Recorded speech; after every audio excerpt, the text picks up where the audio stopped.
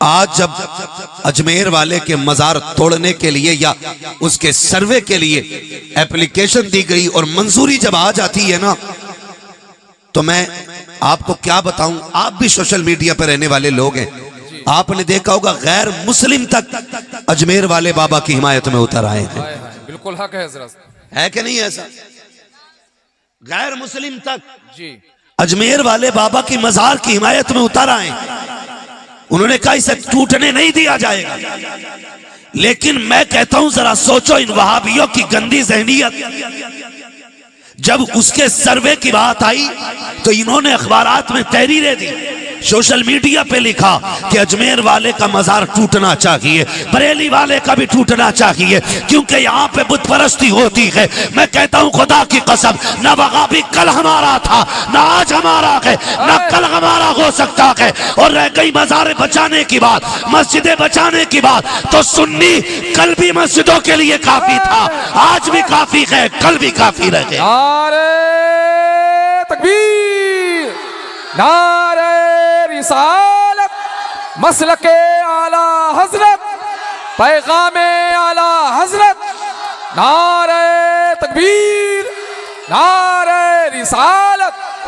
बहुत अच्छा पैगाम है हजरत, सुभान अल्लाह सुभान हमें आंखें खोल लेनी चाहिए। हाय हाय हाय, क्या कहने, हमारी मजार तोड़ने की बात करते हो। दाढ़ी भी है, टोपी भी है, कलमा भी पढ़ता है, गैरत क्यों नहीं आती? पता चला जो इश्क नबी छोड़ के पढ़ते हैं बुखारी, आता है बुखार उनको नहीं आती बुखारी। सुभान अल्लाह सुभान अल्लाह। कह रही है अजमेर वाला मजार भी टूटना चाहिए, बरेली वाला भी टूटना चाहिए जी।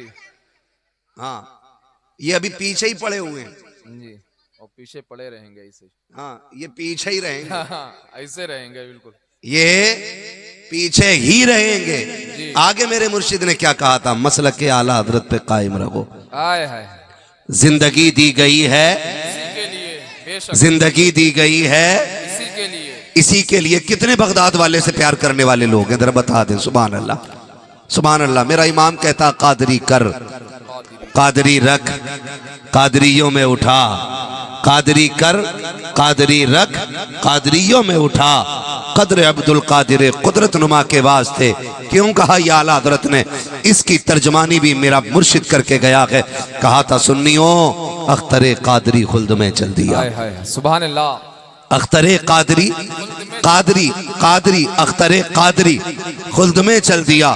खुल्द वहाँ है हर एक कादरी के लिए, खुल्द वहाँ है हर एक कादरी के लिए। नसीब है अल्लाह ने हमें और आपको बगदाद जैसा पीर दिया, बगदाद वाले जैसा पीर अता किया।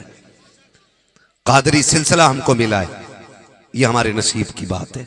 ये तेरा करम है आका के बना लिया के अपना, कहाँ मुझसे ये कमीना, कहाँ सिलसिला तुम्हारा। फरमाया गया है जो कादरी होगा वो जन्नती होगा, बेशक सुभान अल्लाह। जो कादरी होगा वो जन्नती होगा, जो कादरी होगा वो जन्नती होगा। क्यों? फरमाया गया बगदाद वाले ना एक पैर पे खड़े होकर के खाने काबा के अंदर पूरा कुरान पढ़ा। अगर आप इबादत की बात करें तो 40 साल तक ईशा के वजू से फजर की नमाज पढ़ी। ये नहीं कि टूट जाता था करते नहीं थे, का जरूरत ही पेश नहीं आती थी। ईशा के लिए वजू किया, इबादत में लगे रहते यहां तक कि फजर हो जाती। ऐसे 40 साल मेरे बड़े पीर ने गुजारे। यही बड़ा पीर जब खाने काबा में गया, एक पैर पे खड़े होकर पूरा कुरान पढ़ा और फिर हाथ उठ गए दुआ के लिए। आवाज आई अब्दुल कादिर मांग, आज क्या मांगना चाहता है? सुभान अल्लाह। सरकारे बड़े पीर फरमाते हैं जब आवाज आई ना, मांग क्या मांगना चाहता है? कहने लगे मालिक जो मुझे चाहिए वो तू खूब जानता है। कहा नहीं तू के, आज जो तू कहेगा वो हम देंगे। फिर अर्ज करते मालिक फिर वादा कर, जो मेरा होगा वो तेरा होगा, जो मेरा होगा वो तेरा हो जाएगा। रब ने फरमाया अब्दुल कादिर परेशान ना हो, वादा रहा जो कादरी होगा ना वो जन्नती होगा। हम उसे उस वक्त तक मौत नहीं देंगे जब तक उसे तौबा की तौफीक नहीं दे देंगे। तौबा की तौफीक जब तक नहीं मिल जाएगी उस वक्त तक किसी गौस पाक के चाहने वाले मानने वाले को मौत नहीं आनी है। और कई बार ना लोग, अब तो आपको क्या बताया जाए, एतकाद इतने कमजोर हो गए कि बगदाद वाले की करामत पे भी एतराज है। देखो जी ये कैसी बातें कर रहे हैं।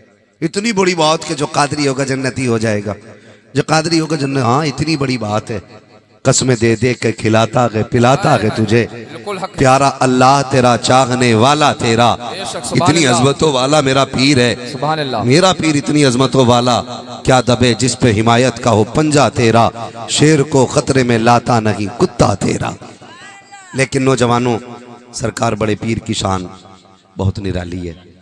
चंद बातें आपसे मैं जरूरी कर जाऊं, क्योंकि जश्न गौसुल वरा के साथ साथ, जश्न गौस आदम का के साथ साथ इसमें एक नाम और जुड़ा गया, इस्लाह मुआशरा।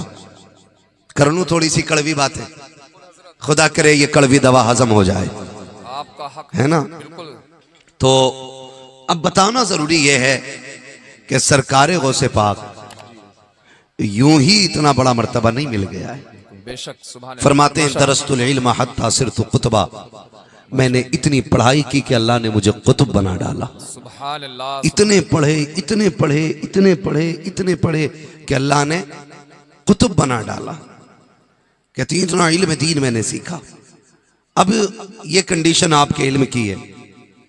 अल्लाह आप लोगों को सलामत रखे, जीते रहिएगा। हम अपनी जिंदगी का मुहासबा करें, हमें कुरान आता है कि नहीं। हमें सिर्फ कुरान तक नहीं आता, कुरान तक हमें नहीं आता है। और गौसे पाक वो हैं जो ये कहते हैं मैंने इतनी पढ़ाई की, इतना इल्म सीखा कि अल्लाह ने मुझे कुतुब बना दिया। ये गौर करने वाली बात नहीं है कि घर के अंदर एक कुरान है, 10 लोग हैं, पढ़ने वाला कोई नहीं, और 5 बंदे हैं, 12 मोबाइल हैं, फुर्सत एक मोबाइल को भी नहीं। मोबाइल क्यों फुर्सत में नहीं है? क्योंकि सब चलाना जानते। कुरान क्यों रखा हुआ है? क्योंकि सब पढ़ना नहीं जानते। अगर जानते भी हैं तो एक मुहावरा या एक माहौल बना रखा है कि ये तभी पढ़ा जाएगा जब कोई जनाजा उठेगा, या कोई जिन भगाया जाएगा, या घर से चुड़ैल का साया निकाला जाएगा, या कोई मुसीबत टाली जाएगी। बस ये मिजाज समझ रखा है कि कुरान तभी पढ़ा जाना है। कुरान सिर्फ इसी के लिए तो नहीं आया था ना कि आप सिर्फ मैयतों पे पढ़ें, आप सिर्फ तीजे में पढ़ें, आप सिर्फ रूह आसान निकालने के लिए इसको पढ़ें, आप सिर्फ भूत भगाने के लिए इसको पढ़ें। नहीं, कुरान इसलिए आया था ताकि हमें मुकम्मल ज़ाब्ता हयात का सबक हासिल हो जाए, हमें मुकम्मल जिंदगी पता चल जाए कि हमारी जिंदगी कैसी गुजरनी चाहिए। एक नहीं, ऐसे लाखों जलसे हो जाएं, लेकिन इन जलसों का मकसद अगर ना हो ना तो फिर कोई नतीजा नहीं। ये जलसे इसलिए नहीं किए जाते कि आप हम्माद का चेहरा देखो, ये जलसे इसलिए नहीं किए गए कि आप शब्बीर का मुंह देखो, ये जलसे इसलिए नहीं होते हैं कि आप हमारे महराज साहब का मुंह देखें, आप हमारे मैशर साहब का मुंह देखें, इन उलमा का सिर्फ मुंह देखे बैठ करके, बल्कि ये जलसे इसलिए होते हैं कि अगर हम अपनी जिंदगी के मकसद से भटक गए हो तो ये उलमा हमें आगाह करें और हाथ पकड़ के ला के जिंदगी के मकसद पे ला के खड़ा। सुभान अल्लाह, सुभान अल्लाह। बिल्कुल हक है। इसलिए ये जलसे होते हैं। सुभान अल्लाह। अगर हमारा ये मकसद नहीं बिल्कुल हक है। तो फिर नतीजा कुछ नहीं। कई बार देखा मौलाना मौज आ गई, पूरा गांव बातें कर रहा था, क्या मौलाना आया था कुर्सी तोड़ गया। खाली कुर्सी नहीं, अगर कुर्सी तोड़ के गया तो खाली कुर्सी तोड़ के नहीं, खाली रोटी भी तोड़ के चला गया है। मजा तो तब है जब सुबह हो। लोग पूछें इतनी रात तक जागे थे ठंड में, नतीजा क्या निकला? तो कम से कम इतनी तब्दीली आ जाए कि जलसे से पहले जब सुबह होती थी हम घर से निकलते थे तो गाने सुना करते थे। जब से हुजूर की महफिल से लौट के आए हैं इतने बदल गए हैं, सूरज के साथ साथ हुजूर की नात के तराने सुना करते हैं।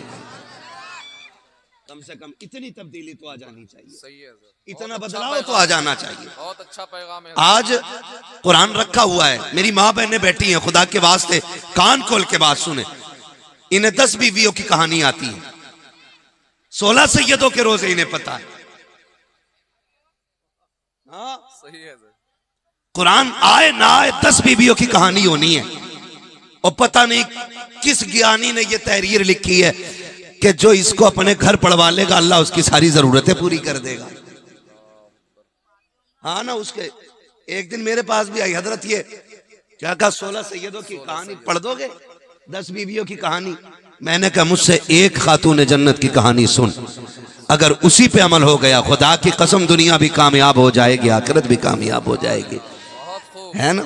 तो हमारी माँ बहनें आती हैं कि 16 सैयदों की कहानी जरूर होगी, 10 बीवियों की कहानी। ए मेरी बेटी, मेरी बहन, बता तो सही, 10 बीवियों की कहानी तो बात की बात है, 16 सैयदों की कहानी भी बात की बात है। इससे पहले तो कानून, वो कानून जो हुजूर ने हमें ला के दिया था, उसका जानना जरूरी था। वो कुरान जो महबूब के सीने पर उतारा गया, उसका पढ़ा जाना जरूरी था। मुझे बता तो सही, सबने करबला की तारीखें पढ़ी हैं, आज तक सुनते चले आ रहे हैं, करबला करबला करबला। करबला में 72 शहीद हुए हैं। नेज़े पे हुसैन ने चढ़ के कुरान सर के हुसैन के सर ने सर चढ़ के हुसैन ने नेज़े पर कुरान सुनाया है।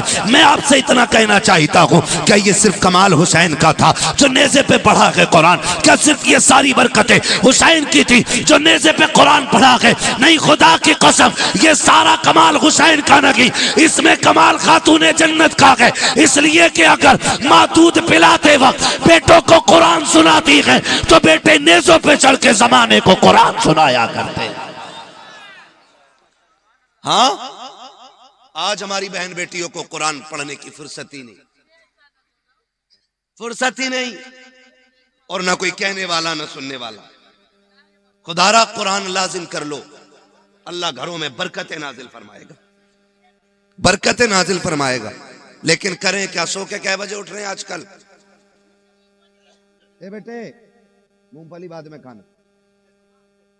सो के कितने बजे उठते हो बच्चे बताएं? 7 बजे उठ जाते हैं। सोते कितने टाइम हो बेटे?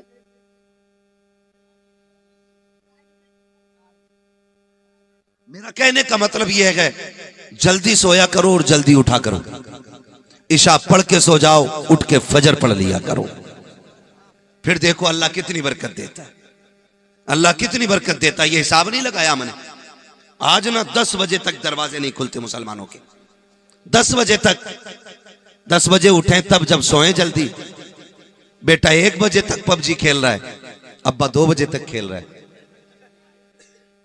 हाँ, बेटा 10 बजे उठ रहा है तो अब्बा 9 बजे उठ रहा है, और कह रहा मौलाना जरा तालीम कर दियो बेटे को। उठता नहीं, बड़ी सुबह को उठे जब सारे लोग काम पे चले जाते हैं। याद रखिएगा, बच्चे वो नहीं करते जो हम कहते हैं, बच्चे वो करते हैं जो हमें करता हुआ देखते हैं। अगर अब्बा 2 बजे तक मोबाइल चलाएगा तो बेटा 100% 1 बजे तक मोबाइल चलाएगा। आप इशा पढ़ के जल्दी बिस्तर पे लेटा करो, बच्चों को भी टाइम से लेटाया करो ताकि ये फजर में उठ जाएं। 10 बजे तक दरवाजे मुसलमानों के नहीं खुलते। 9 बजे उठ के आंखें मसल के कह रहा चाय पक गई। 9 बजे उठ के चाय मांग रहा है, चाय बनी, बीवी ने डब्बा थमा दिया, जा दूध लेके आ। अब जब जमाना काम पे लग गया तो ये दूध ढूंढने निकला है। 10 बजे दूध लेके आया, 11 बजे खा पी के मुंह में तीली डाल के निकला, अब इसकी नाक तक पेट भरा है।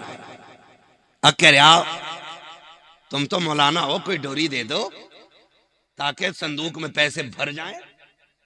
अगर डोरियों से पैसे भरते तो मौलवी उधर मारा फिरता, एक डोरी अपने में ही न रख लेता। डोरी दे दो, बरकत हो जाए मेरे भाई। सिर्फ डोरियों से बरकत नहीं होनी है, दौर वो भी तो बीत चुका है। हम भूल गए हैं कितना हसीन दौर था। आज से 30 साल 40 साल पहले पलट जाइए, जब जैसे सहर का वक्त होता था, मस्जिदों से अजान होती थी, हमारे घर की बूढ़ी औरतें उठ के बैठ जाती थी, वुजू बनाती थी, मुसल्ले पे आती थी, नमाज फजर अदा करती थी, कुरान लेके बैठती थी, जैसी सफेदी जाहिर होती थी, हर तरफ उजाला फूटता था, परिंदे आते थे, दरवाजे पर बैठ जाया करते थे, दरख्तों पे आके परिंदे बैठते थे, माए कुरान लेकर के तिलावत करती थी। कितने परिंदे बैठ करके कुरान की तिलावत सुना करते थे। जैसे परिंदों ने आके चहचहाना शुरू किया, हमारी माओ ने मुसल्ला छोड़ा, मुट्ठी भर के दाने लेकर के आई कि परिंदे आ गए हैं। उन्होंने परिंदों को परिंदा नहीं समझा, मेहमान समझ के दाने डाल देती थी। जब परिंदे पेट भर के जाते थे, खुदा की कसम सिर्फ दाने खा के न जाते थे, हमें दुआएं दे के जाया करते थे, रिज्क की दुआएं दे के जाते थे। जब हमारे घर की माएँ ऐसी थी तो हाथ इनके उठते थे, बरकतें अर्शों से आ जाया करती। आज ना कोई कुरान पढ़ने वाला है, आज ना कोई दुआएं करने वाला है, और सारी तावीज पे लग गए हैं। सारे बस एक मौलवी से दुआओं में जन्नत चाह रहे। खुदारा आदि बनेंगे कुरान के, इंशाअल्लाह पढ़ेंगे कुरान है। मैं हाथ नहीं उठवाऊंगा कितने लोगों को आता, वरना पोल खुल जाएगी। मगर इतना जरूर कहूंगा, अगर हमें कुरान ही नहीं आया तो क्या आया? अगर हम कुरान ही ना पढ़ सके तो क्या किया हमने जिंदगी में? जानते हो कुरान इतनी प्यारी किताब है। बुढ़ापा, बड़े बूढ़े कहते हैं बुढ़ापा बुरा आपा, बुढ़ापा बुरा आपा। क्यों कहते हैं? वो इसलिए कहते हैं कि बदन तो साथ छोड़ता ही है, जमाना भी साथ छोड़ देता है। अपने बच्चे भी मुंह लगाने तैयार नहीं होते। जब बुढ़ापा आता है ना तो बर्तन अलग कर दिए जाते हैं। बहू ससुर के बर्तन में अपने बच्चे को खाना नहीं देती है। वो कहती है इसके झूठे बर्तन में रोटी न खाना, कहीं तुझे बीमारी ना लग जाए। वो जिसकी संतान, जिसकी नस्ल है, उसकी गोद से बच्चे छीन लिए जाते। बुढ़ापे को इतना मायूब बना के रख दिया लोगों ने, इतना मायूब बना के रख दिया। कई बूढ़ों को मैंने रोते देखा है, कहा अपने ही बच्चों को खिला नहीं सकते। बहू ऐसी आई है कि बच्चे छीन के ले जाती है, बीमार ना कर देना।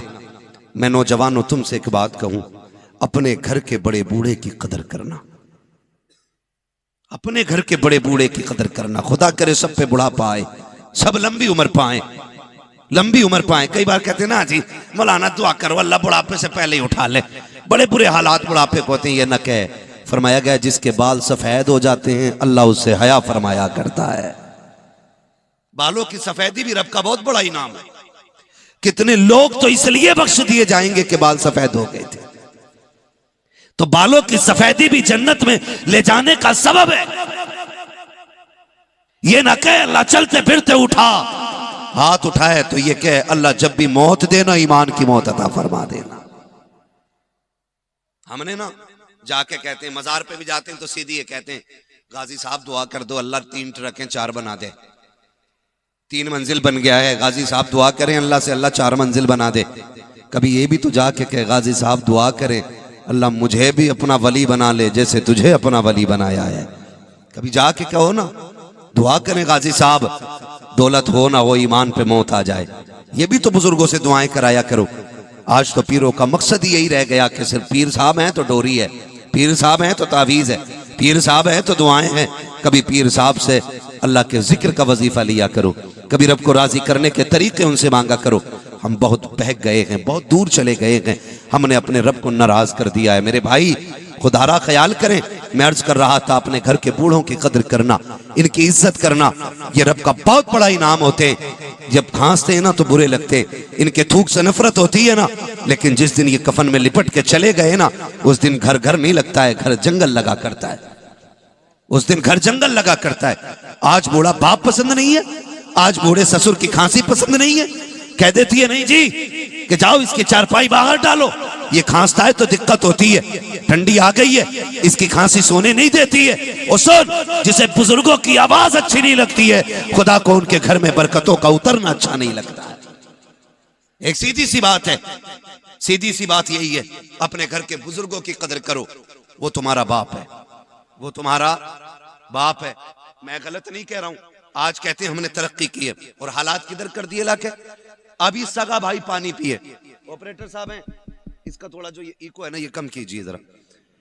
एक गिलास है ना, गिलास, एक बंदा पानी पीता है, एक ही घर का मेंबर है, वो पानी पी करके रख देता गिलास। दूसरा सगा भाई आया, उसने उस गिलास को धोया, पानी फेंका, फिर पिया, जबकि पता है सगा भाई पी के गया। क्यों? क्यों?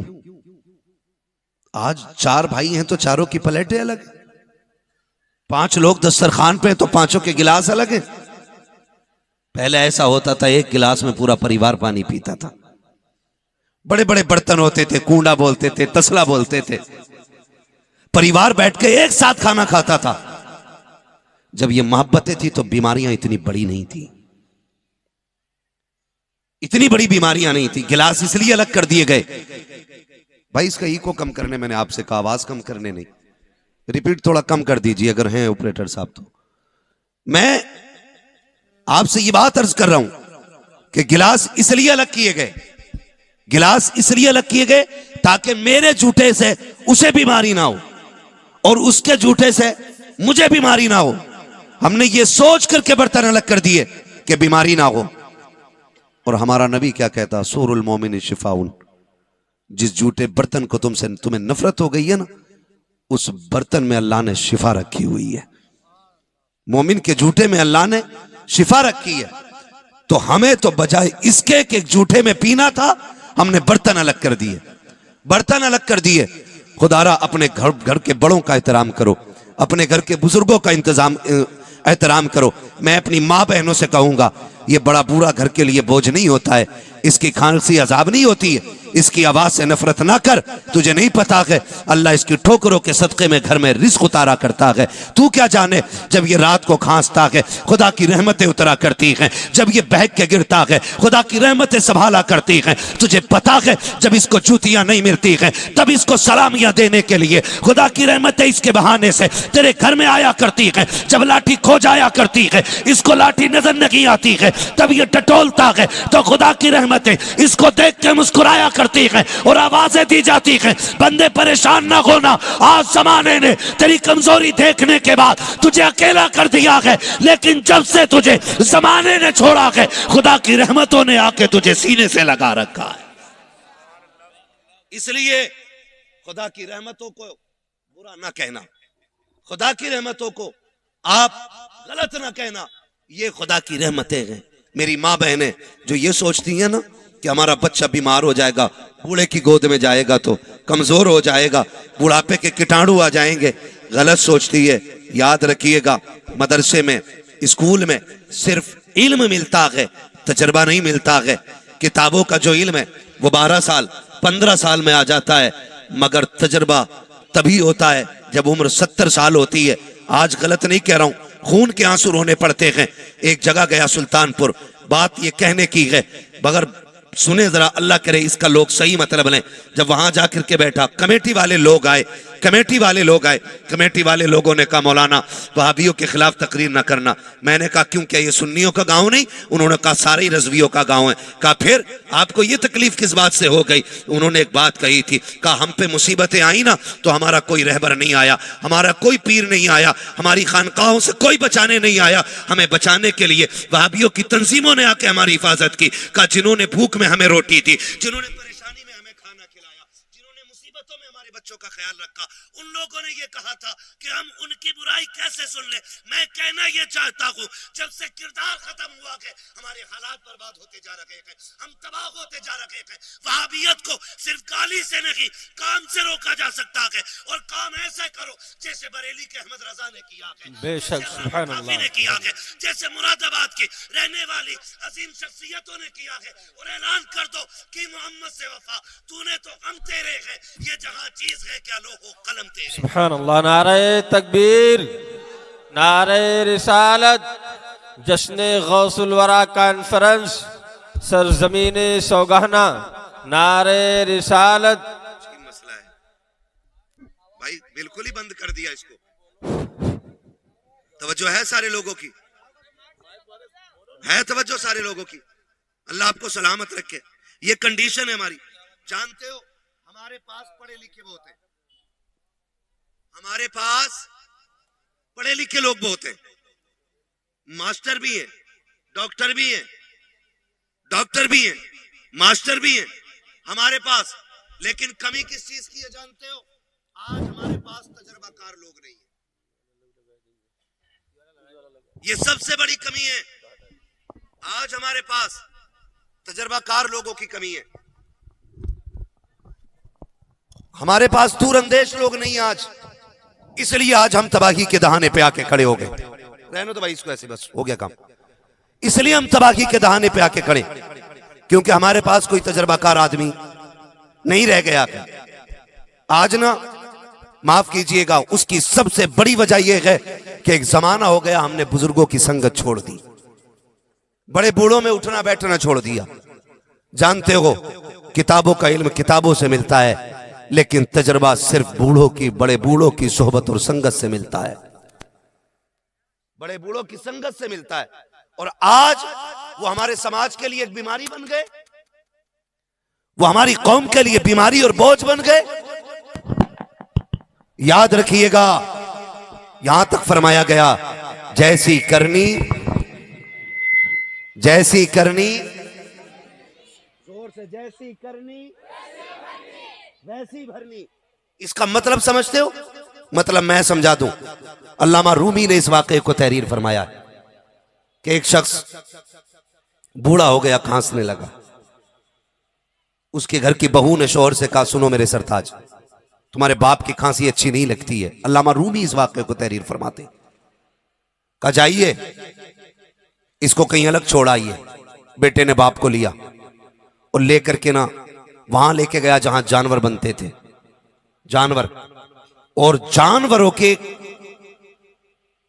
मकान के अंदर बाप को छोड़ा और एक पुराना सा कंबल बाप के ऊपर डाल के आने लगा। इत्तेफाक ये कि साथ में उसका बेटा भी साथ था। वो हाथ पकड़ करके वापस आ रहा था, अचानक हाथ छोड़ा, वापस पलटा। इस बूढ़े का पोता और उसका बेटा जवान का गया, जाके दादा के कंधे से कंबल उतारा, पैर के नीचे रख के ना 2 टुकड़े किए। आधा कंबल दादा के ऊपर डाला, आधा अपने कंधे पे लेके चला। बच्चे का बाप कहने लगा, ये क्या किया तूने? इस पुराने कंबल का करेगा क्या? क्यों लेके आया इसको? तो जानते हो उसने ये कहा कि मैं इसलिए ये कंबल लेके आया हूं, मैंने तुमसे सीखा है। आज दादा बूढ़े हो गए ना, तुम इन्हें यहां छोड़ के गए हो, कल तुम पे भी तो बुढ़ापा आना है, मैं तुम्हें यहीं छोड़ के जाऊंगा। आधे कंबल से दादा का काम चलेगा और ये आधा कंबल मैं तेरे लिए लेके जा रहा हूं, ये आधा कंबल मैं तेरे लिए लेके जा रहा हूं। अल्लामा रूमी लिखते हैं कि इतना सुना चीख निकल गई। कहा तू मेरा बेटा है। कहा जब तुझे बाप की हया नहीं आती तो मुझे बाप की हया क्या आएगी? जब तुझे अपने बाप की हया नहीं तो तू मुझे कौन सी हया सिखाने चला है? खुदा रहा, अपने घर के बुजुर्गों का एहतराम करो, इनकी इज्जत करो, इनके जूठे बर्तनों से नफरत न करो, इनके पास बैठा करो, इनके पास वक्त गुजारा करो। आज सबसे तन्हा कौन रह जाते हैं? बूढ़े। बूढ़े इसलिए कि जवानों के 4 यार होते हैं। ये कहीं भी खड़ा हो जाएगा ना तो गप्पे शप्पे हाँकने लगेगा, तो वैसे भी 2-4 लग जाएंगे। जितने ठलुए चाय की दुकान पे लंबी लंबी फेंकते हुए मिलते, जिनसे घर नहीं चलता वो मुल्क चलाते। आपके किसकी बन रही है? कह रहे आपके किसकी बन रही है? कि फलां की बन रही है। आपके वो नहीं, वो आ रही है। वो अंधे, पहले अपने घर में तो झांक के देख तेरा घर भी चल रहा है कि नहीं चल रहा है। तो ठलुए लोग बैठ के ना हुकूमतें चलाते, जब बातें खत्म हो जाती तो फिर झूठ शुरू कर देते, और इस झूठ का नुकसान ये होता है कि आने वाली नस्लें तबाह हो जाती है। क्या होता है? आने वाली नस्लें तबाह हो जाती हैं। इतना बड़ा बड़ा झूठ बोल देते हैं कि फिर उसको साफ करते करते सदियों बीत जाती हैं, फिर वो साफ नहीं होता है झूठ। कितने ऐसे झूठ आज भी हमारी कौम के अंदर मौजूद है। हाँ, खुदारा जवान जो हैं ये अपना वक्त बड़े बूढ़ों में गुजारे, तो जवान जो है कहीं भी बैठ जाते हैं, कोई भी उनसे बात कर लेता, कोई भी मिल जाता है। लेकिन बंदा जब बूढ़ा हो जाता है ना, चल के तो कहीं जा नहीं सकता, बिस्तर पे बैठा है। बेटे के पास भी वक्त नहीं है, बेटियां पराए घर की हो गई, अब कोई मुंह लगाने नहीं। बाप तो ये कहता वक्त पे 2 रोटी मिल जाए बड़ी बात है, यहां बात करने की किसे फुर्सत है? 2 वक्त की रोटी चैन से मिल जाए यही बड़ी बात हो जाती है। इतनी तन्हाई हो जाती है बुढ़ापे में जाकर के, कोई मुंह नहीं लगाता है। और सुन प्यारे, जब कोई मुंह नहीं लगाता है तो फिर रब का कुरान मुंह लगाया करता है। आप जाके मस्जिदों में देखो, जिनसे कोई बातें नहीं करता वो कुरान पढ़ रहे हैं बैठ करके। जिनके लिए किसी के पास 5 मिनट का वक्त नहीं है, उनके लिए कुरान के 30 पारे मौजूद हैं, वो बैठ करके 30 पारे पढ़ रहे हैं। जब दुनिया ठुकराती है तो कुरान सीने से लगाता है। खुदारा इतना तो कर लो कि जब बूढ़े हो जाओ और कोई मुंह ना लगाए तो कुरान पढ़ने के लायक रह सको। इसलिए मैंने ये बात कही थी, मेहनत करो, कुरान पढ़ने के आदी बनो, ताकि जब उम्रें गुजरने लग जाएं और कोई मुंह ना लगाए, जब अपने धक्के दे के चले जाएं, जब ठुकरा दें सारे अपने बेटे, अपनी औलाद की खुशियों में लग जाए, औलाद अपनी खुशियों में लग जाए और कोई मुंह लगाने वाला ना हो, तब तुम्हें कुरान पढ़ना आना चाहिए, ताकि तुम अपने आप को अकेला महसूस ना करो। जाओ मस्जिदों में जाकर के देखो कितने जवान सजदे कर रखे हैं, कितने जवानों ने कुरान खोले हुए हैं। जवानी में तो फुर्सत नहीं मिलती खाना खाने की, ये कुरान पढ़ने कब जाएगा? सिर्फ अगर दिखेंगे आपको तो बूढ़े मस्जिदों में कुरान पढ़ते मिलेंगे, तहज्जुद में बूढ़े मिलेंगे, फजर में बूढ़े मिलेंगे, बहुत कम तादाद में लोग जवानी में कुरान पढ़ते हैं। ओ खुदा के वास्ते कुरान के आदी हो जाओ। अल्लाह ने कुरान को अज़मतों वाला बनाया है, बरकतों वाला बनाया है। अगर आप कुरान के आदी हो जाएंगे, बेटियां भी कुरान पढ़ेंगी, बाप भी कुरान पढ़ेगा, आने वाली नस्लों में फिर कोई डांसर पैदा नहीं होगा, फिर कोई शराबी नहीं होगा, फिर कोई चोरी नहीं होगा, फिर कोई अय्याशो मक्कार नहीं होगा। तुम कुरान के आदी बन जाओ, खुदा तुम्हारी आने वाली नस्लों को मुस्तफा का आशिक बना डाले। लेकिन ये कब होगा?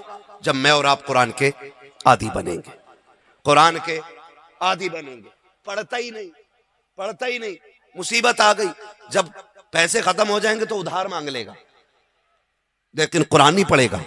फरमाया गया कि जब किसी में बरकत ना हो ना, तो सूरह वाक़या कुरान के अंदर एक सूरत है, मगरिब बाद रोज पढ़ो, उसको एक बार पढ़नी है, सूरत खत्म करो, मुकम्मल हो जाए, हाथ उठा के कहो अल्लाह तुझे तेरी रहमतों का वास्ता बरकत दे। फरमाया गया अल्लाह इतनी रोजी देगा कि तुमसे संभाली नहीं जाएगी, इतने रास्ते खुल जाएंगे। लेकिन आदत नहीं रही। देखे तो सही, फर्क पड़ता है। माँ बाप नेक होते हैं तो औलाद कैसी होती है। सरकारे गौसे पाक आम घर में नहीं आए, उस घर में तशरीफ लाए जिस घर की खातून बेटी इतनी पारसा जिसने कभी जिंदगी में गैर महरम को देखा ही नहीं था। एक होता है कि उसको गैर महरम ने ना देखा हो, लेकिन इनका पर्दा इतना कमाल का था कि इनको कभी किसी गैर महरम ने देखा ही नहीं था। और बाप सारे ही जानते हैं, हजरत अबू साले जंगी दोस्त रहमतुल्लाह ताला अलैह जंगल में थे, रोजे से थे, सेब खा लिया, दरिया में बह रहा था। है आज तो लाखों रुपए हजम कर जाता है, एक डकार बंदा नहीं लेता है। उधर एक सेब खाया, चुरा के नहीं, बह के जा रहा था, वो खा लिया। जैसी हलक के नीचे उतरा, दिल ने कहा बता खुदा कयामत में पूछेगा तो क्या जवाब देगा। इतने ख्याल का आना था कि तबीयत बेचैन हो गई। चल फिर मालिक से माफी मांगनी है। माफी मांगने के लिए कहाँ आए हैं? माफी मांगने के लिए हजरत अब्दुल्ला सुमई की बारगाह में आए। वहां जब पहुंचे जाकर के शर्तें लगी, बात तय हो गई, आपने शर्तें पूरी की।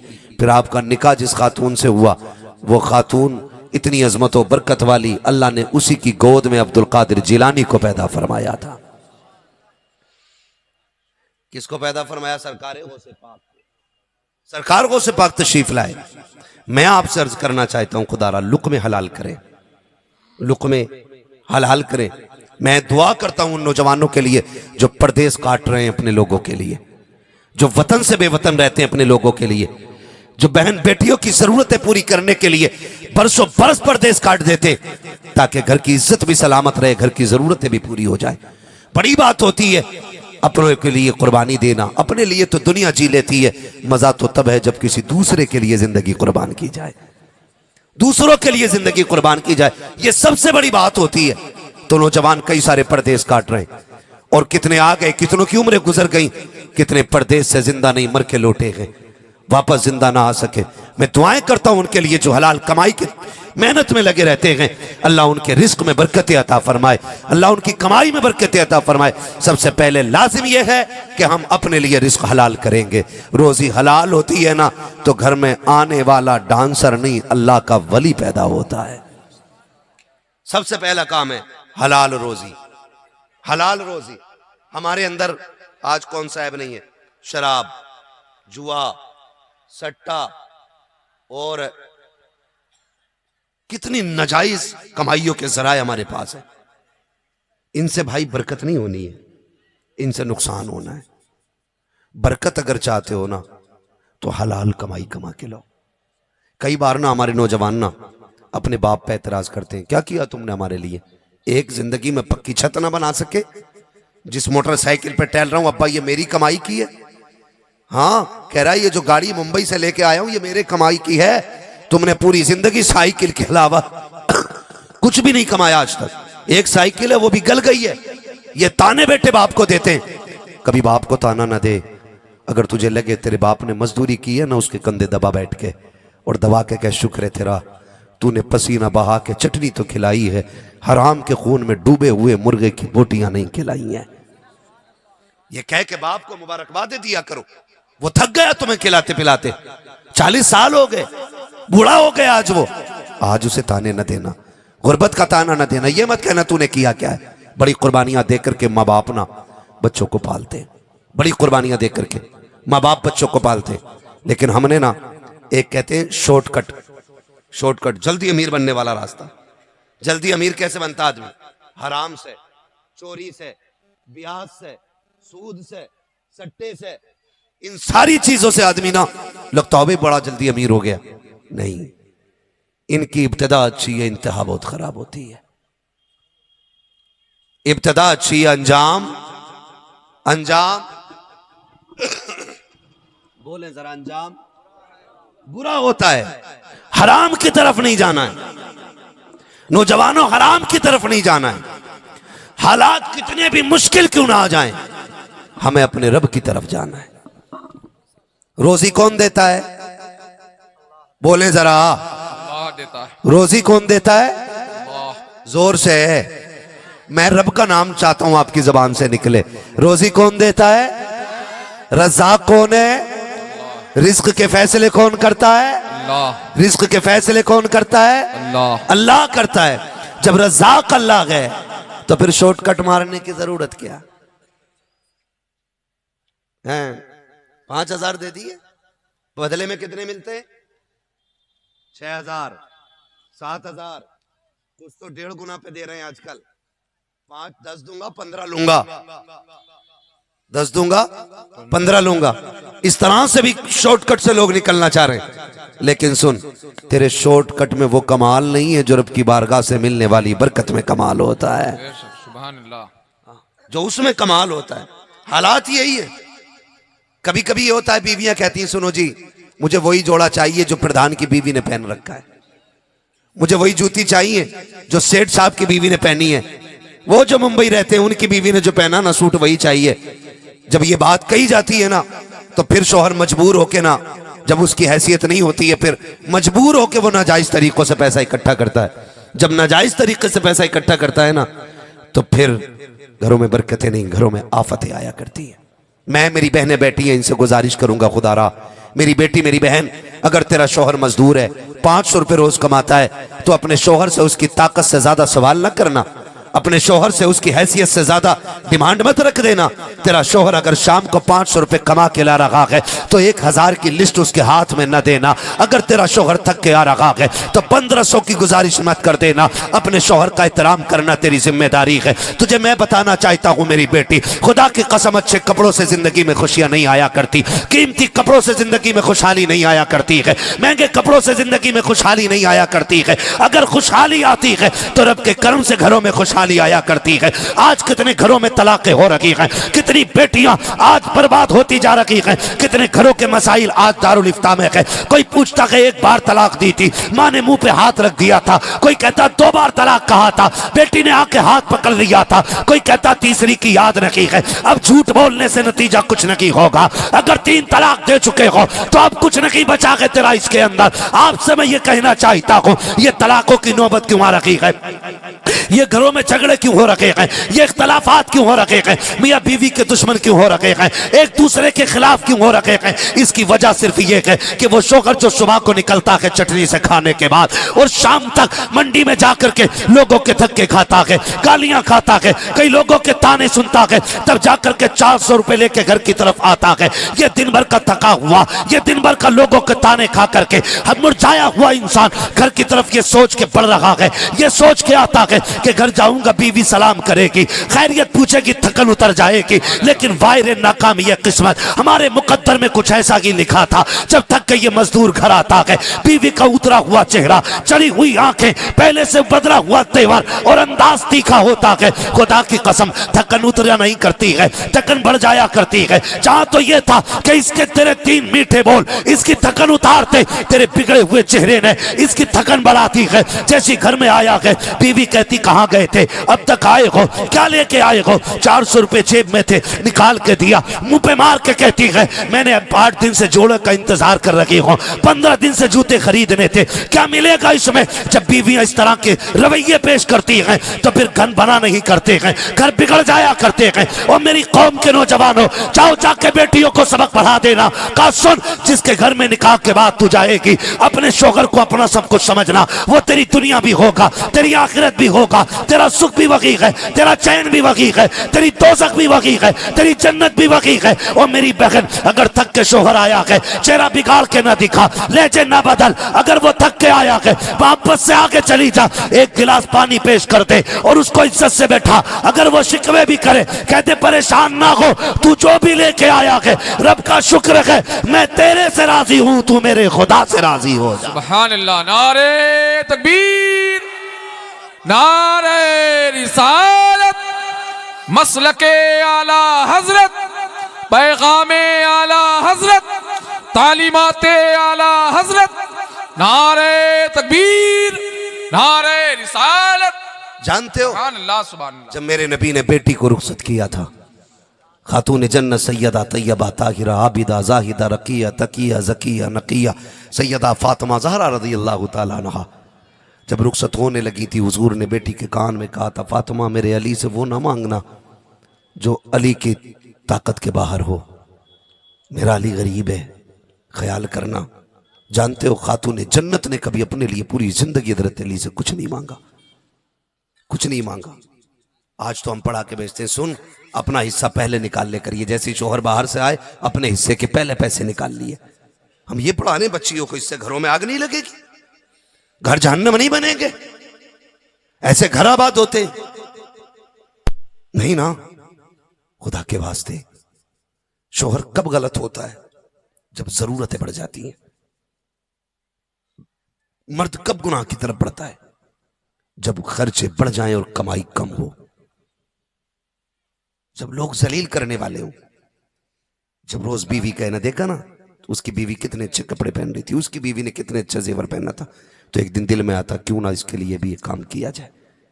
फिर बंदा ब्याज पे भी पैसे लेता है, रिश्वत भी लेने लग जाता है, हराम का पैसा भी इकट्ठा करने लग जाता है। फिर ये सारी बातें धीरे धीरे जमा होने लग जाती हैं और फिर घर से बरकतें उड़ जाया करती हैं, घर से रहमतें रूठ जाया करती हैं। नौजवानों, अल्लाह के बंदे बनो, अल्लाह के बंदे। दुख आए अपने रब को आवाज दो, अपने रब से मांगो। तुम्हारे रब से बेहतर कोई नहीं है, तुम्हारे रब से बेहतर कोई नहीं है। अगर तुम्हारा ईमान डगमगा रहा है ना कभी जाकर के, अरे यार इधर हाथ मार ले उधर हाथ मार ले, तो फिर दिल से पूछ तेरे दिल में ईमान है कि नहीं? तुझे लगता है खुदा देख रहा है कि नहीं? खुदा की कसम खा के कहता हूं, अल्लाह ही है जो सारे निजाम का मालिक है। वो चाहे तो लम्हों में तख्त से उठा के तख्ते पे डाल देता है, वो चाहे जरा सी देर में जमीन से उठा के आसमानों तक पहुंचा देता है।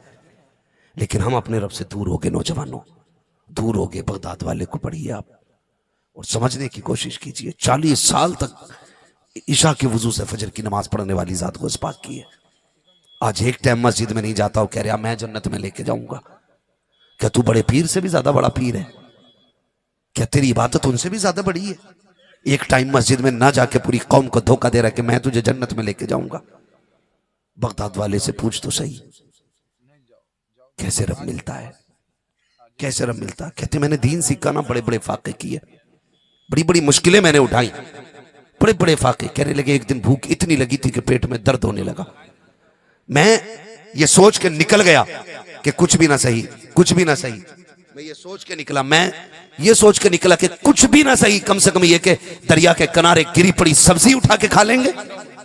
ये सोच के निकल गए, गिरी पड़ी सब्जी की नीयत से लेकर के निकल गए घर से। वो भाई कहते मैं गया, मुझसे पहले वहां पे 3-4 जरूरतमंद लोग टहल रहे थे। जिनका हाल मुझसे भी ज्यादा बुरा था। कहते मैं उन्हें देख के लौट आया सिर्फ ये सोच के अगर मैंने उठा लिया तो फिर कहीं ये भूखा ना रह जाए, और आज ये है कि इसे मिले ना मिले मुझे मिल जाए। क्या ये है कि नहीं? कंडीशन है आज हमारी, दिल मुर्दा हो गए। आमने सामने 4 दुकानें लगी हैं तो हालात ये हैं, वो उसे तबाह करने पे लगा, वो उसे कह रहा उससे मत लेना सब्जी, वो गंदे नाले में धोखे लाया था, बेच दोनों ही सब्जी रहे।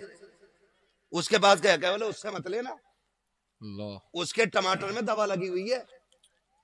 मतलब एक दूसरे को घटाने पे लगे। ये कंडीशन हमारी है। सगे भाई एक मार्केट में 2 दुकानें रख के बैठे होते हैं। वो फोन करके रिश्तेदार से कह रहा सुनो भाई तुम्हारा चचेरा आया था कपड़ा लेने के लिए, मेरी दुकान पे नहीं आया। क्यों? जिससे लेके गया वो भी तो तेरा सगा भाई है ना। तेरे पेट में दर्द किस चीज का है? हसद किस चीज का? आग किस चीज की लगी है? मेरी दुकान पे नहीं आया, मेरी दुकान पे नहीं आया, ये मेरा लेके डूब गया हमें। याद रखिएगा उस वक्त तक भले पूरे नहीं होंगे जब तक हम दूसरों के बारे में भले के फैसले नहीं करेंगे। ये याद रखिएगा, हम उस वक्त तक ऊपर नहीं जाएंगे जब तक दूसरे का हाथ पकड़ के उठाने की कोशिश न करेंगे। अगर सिर्फ अपना अपना करते रहोगे तो कुछ नहीं हो सकता है, कुछ नहीं हो सकता है। बगदाद की मार्केट में 2 दुकानें और दोनों हुजूर के कलमा पढ़ने वाले हैं। एक बंदे की दुकान पे ना पुराना ग्राहक आ गया और उसने आके कहा मुझे यार ये वाला कपड़ा चाहिए। उसने कहा ये मैं कपड़ा तुझे नहीं दूंगा। कहा क्यों? कहा अगर ये कपड़ा लेना तो उस दुकानदार से जाके ले ले। उसने कहा नहीं कपड़ा तो मुझे तुझसे लेना है। उसने कहा मैं नहीं दूंगा। वो लड़ गया, कहने लगा एक बात बता, एक बात बता। कहा क्या? कहा ये बता मैं तेरा पुराना ग्राहक और आज तू मुझे अपने पास से भगा रहा है जबकि तेरे पास कपड़ा रखा हुआ है। उसने कहा बात बाद में बताऊंगा, पहले उससे कपड़ा लेके आ। ये उठा गुस्से में और गया कपड़ा लेने के लिए और सामने वाले कलमा पढ़ने वाले की दुकान से कपड़ा लिया और लेके आके कहने लगा देख तूने ना दिया तो क्या हुआ, मैं ले आया ना। तो उसने कहा यही तो मैं चाहता था। कहा यार बताना, अब तो बता दे क्यों चाहता था। उसने एक ठंडी सांस ली और उसने कहा सुबह से मेरे पास कई ग्राहक आ गए हैं, मैंने इतना कपड़ा बेच लिया है जिससे मेरे बच्चों का गुजारा हो जाएगा, लेकिन ये जो सामने वाला दुकानदार है ना ये भी हुजूर का कलमा पढ़ता है, ये भी मदीने वाले का कलमा पढ़ता है। बात ये है इसके पास एक भी ग्राहक नहीं आया। मैं घर जाता हूं ना मेरे बच्चे दौड़ के आके ना मेरा दामन पकड़ के कहते हैं अब्बा क्या चीज लेके आए हो। मैं इस जेब में हाथ डालता हूँ, जो मिल जाता बच्चों में दे देता हूँ। मुझे लगा कि ये भी मेरी तरह शाम को घर जाएगा, इसके भी बच्चे इसकी तरफ दौड़ेंगे। अगर ये खाली हाथ जाएगा बच्चों के सामने गर्दन झुक जाएगी। उसने ये कहा मेरा तो गुजारा हो गया, क्या होगा अगर मेरे पास एक ग्राहक कम रह जाएगा, मेरी जरूरत की बिक्री हो गई है। जा तूने उससे जाके कपड़ा ले लिया है। इतनी खुशी तब नहीं होती अगर तू मुझसे लेता जितनी खुशी कलमा पढ़ने वाले की दुकान से लेने पे मुझे हो गई। नारे तकबीर, नारे रिसालत, मसलके आला हजरत, नारे तकबीर, नारे रिसालत। बहुत अच्छा पैगाम है। जब दिलों में जगह थी तो अल्लाह ने बरकत रखी थी, अब दिलों में जगह नहीं रह गई है, दिलों में जगह नहीं रह गई है। खुदारा जगह पैदा करे दिलों में। सबसे बड़ी बात है जो चीज अपने लिए पसंद करते हो पहले अपने भाई के लिए पसंद करो, अपने भाई के लिए पसंद करो। गौस पाक फरमाते मैं वहां से लौट आया, कहीं ऐसा ना हो उनके हिस्से मेरे जो मैं मुझे मिले वो उनसे काम रह जाए उसका। कहते मैं ये छोड़ के चला आया सोच के। कहते दर्द इतना था मैं मस्जिद में आके लेट गया, पेट में दर्द था, करवटें बदल रहा था। इतने में एक परदेसी आया, खाना खाने के लिए बैठ गया। मैंने उसको देखा। कहते हैं जिंदगी में आज पहली बार मेरी किसी के खाने पे नियत गई थी। मैंने सोचा काश ये मुझसे कह दे खाना खाने के लिए। कहते भूख कितनी थी, इतनी भूख थी कि मुंह उसका खुलता था ना तो बेखुदी में मेरा मुंह खुल जाया करता था। ये कहते हैं कि ये कंडीशन थी मेरी। कहते हैं फिर अचानक उसने कहा आओ अब शहजादे तुम भी खा लो। कहते मैं जाके बैठ गया, खाने लग गया। वो सिपाक फरमाते हैं जब खाने लगा उसने खाते खाते मुझसे कहा बच्चे कहाँ के रहने वाले हो, यहाँ क्या करते हो। मैंने कहा पढ़ता हूँ, इल्म सीखने आया हूँ। कहाँ से आए हो। कहा बगदाद से। कहा मैं जीलान से आया हूँ। कहा अच्छा। कहा ठीक है मैं थोड़ा काम से आया था। कहा क्या। कहा मुझे अब्दुल कादिर की तलाश है, अब्दुल कादिर का पता बता दोगे। आप फरमाने लगे हाँ पहले खाना खा लो। काम क्या है। कहा कि ये बात यह है कि मैं आया हूँ ना उनके वतन से, उनकी माँ ने कुछ पैसे भेजे थे खर्चे के लिए, कई दिन से ढूंढ रहा था, मेरा सामान खत्म हो गया ना, मैंने उनके पैसे से लेके ना ये खाना लिया है। गौसे पाक मन मन में मुस्कुराने लगे। खाते टाइम नहीं कहा मैं अब्दुल कादिर हूँ, मेरे पैसों का खा रहा है तू, मेरे पैसों का खा रहा है। आज माफ़ कीजिएगा, अगर सगा भाई गरीब होता है ना और एक भाई मदद कर दे, तो जहाँ वलीमा चल रहा होता है या जहाँ बहन भतीजी की बारात आके खाना खाती है ना, सगा चचा खड़े होकर जलील करता, कहता सुनो हमारे भाई साहब तो बड़े कमज़ोर थे, इनसे कहाँ निकाह हो जाता, वो तो जहेज भी मैंने दिया है, ये खाना तुम्हारी दुआओं से सब मेरे पैसों का है। लानत हो ऐसी मदद पे, जरूरत नहीं थी ऐसी मदद की जो तू पैसा खर्च करके अपने को जलील कर रहा है। बगदाद वाले से पूछो, पैसा भी इनका, खाना भी इनका, मेहमान भी इनका, लेकिन चुप बैठे हुए हैं, खाना खा रखे हैं। जब खाना हो गया आप कहते सुनो तुम्हें जिस अब्दुल कादिर की तलाश थी वो मैं ही हूं। कहा अच्छा पहले क्यों नहीं बताया, कि अगर मैं बता देता तो तुझे गैरत आ जाती और शायद तेरा लुक्मा हाथ में रुक जाता। अब्दुल कादिर नहीं चाहता मेरी वजह से किसी को शर्म उठानी पड़े, इसलिए अब्दुल कादिर ये बात तुझसे बाद में बता रहा। सुभान अल्लाह, सुभान अल्लाह। हाँ गौसे पाक इतना पर्दा डाल रहे हैं, सुभान उन्होंने अल्लाह। सिर्फ इसलिए नहीं बताया कहीं इसके लुक्मे कम ना हो जाए, सुभान अल्लाह। के लुक्मे कम ना हो जाएं। और आज हम जलील करते खड़े होके, जलील करते। गलत नहीं कह रहा हूं, ये सच्चाई है, हक है। हाँ ये अलग बात है, नंबर आधी रात में आया है, लेकिन बात अपने हिस्से की पूरी करके जानी है। बिल्कुल हजरत, सही है। जलील ना कर, अल्लाह तौफीक देना तो मेरे भाई मुट्ठी बंद करके मदद कर ताकि किसी को पता ना चल सके। सुभान अल्लाह, सुभान अल्लाह, बेशक सुभान हाँ भाई अल्लाह। ऐसे मदद करो ताकि किसी को पता न चल सके। जी। ये भी कोई मदद है यार, तुमने भतीजी के बारात का सामान दिया और जमाने में रुसवा कर दिया। भतीजी तो छोड़ो, सगा बाप मरता है, सगा बाप, बाप समझते हैं अब्बा है? अब्बा समझते हैं ना सारे लोग। जी जी। सगा बाप इंतकाल करता है और तीन भाई बराबर तो नहीं पैसे में, कोई ठेला लगाता है, किसी की गोल्ड की दुकान है तो किसी का होटल है, अलग अलग काम है, अलग अलग कमाइयां हैं। पांचों उंगलियां बराबर नहीं है, होती हैं, पांचों उंगलियां बराबर नहीं होती। नहीं होती ना, अल्लाह सलामत रखे।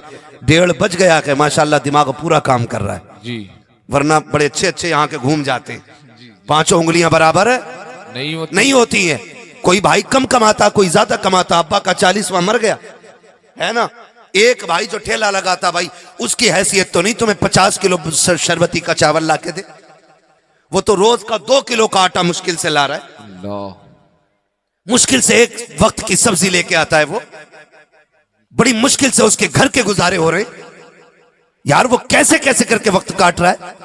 नहीं बना सकता वो तेरे साथ खड़े होकर 40 भगोने, नहीं बना सकता वो 10 भगोने बिरयानी के।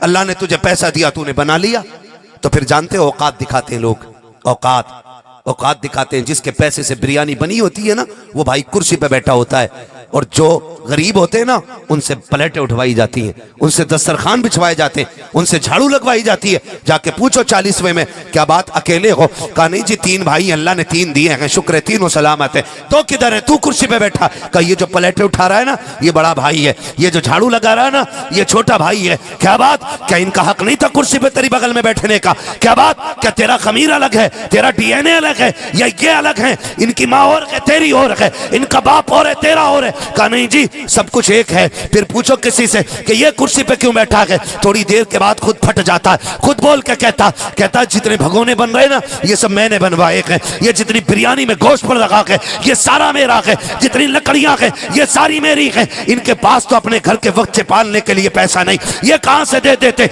लानत हो तेरी ऐसे 40वें की फाता पे, लानत हो तेरे खर्चों पे जो तेरे अपनों को जलील कर दे। खुदा के वास्ते मत बनवा ऐसे 10 भगोने जिनकी वजह से तेरा भाई जलील हो। हाथ उठा करके खाली पानी पे दुआ कर दो, काबे वाला भी राजी हो जाएगा, मदीने वाला भी राजी। बेशक, सुभान अल्लाह, सुभान अल्लाह। बहुत अच्छा पैगाम है हज़रत, सुभान अल्लाह, सुभान अपने अल्लाह। लोगों को नहीं उसकी औकात नहीं थी, उसकी हैसियत नहीं थी। और यार औकात हैसियत पे क्या उतर आया? अगर तू एक साइन से 50,000 कमाता तो तूने कौन से सजदे किए जो अल्लाह तुझसे इतना राजी है? और एक ठेले लगा के शाम तक 200 रुपए कमा के लाता, उसका कोई कसूर था? नहीं ना।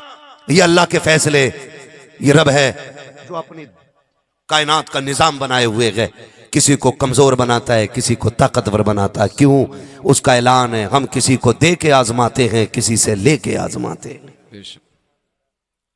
इम्तिहान गरीबी का उतना मुश्किल नहीं जितना अमीरी का मुश्किल है, ये याद रखिएगा। इम्तिहान गरीबी का इतना मुश्किल नहीं जितना अमीरी का इम्तिहान मुश्किल है। गरीब इसलिए भी ज्यादा पास हो जाते हैं क्योंकि मेरे नबी ने कहा था इस्लाम गरीबों से चला है और गरीबों में सिमट के रह जाएगा। बेशक। इसलिए भी गरीब कामयाब हो जाते। कई बार ना हमारे चंद जुमले तबाह कर देते, चंद जुमले। घमंड बुरी चीज होती है, तकब्बुर, अना, ये सारी बुरी चीजें होती हैं। कमेटी वाले 4 ही लोग रह गए हैं माशाल्लाह, अभी हैं सब सिरनी लेने के लिए गए। हाँ ठीक है, कोई मसला नहीं है। अगर एक बंदा भी गुलाबी रुमाल बांधे बैठा रहा ना, मैं समझूंगा जलसा चल रहा है अभी,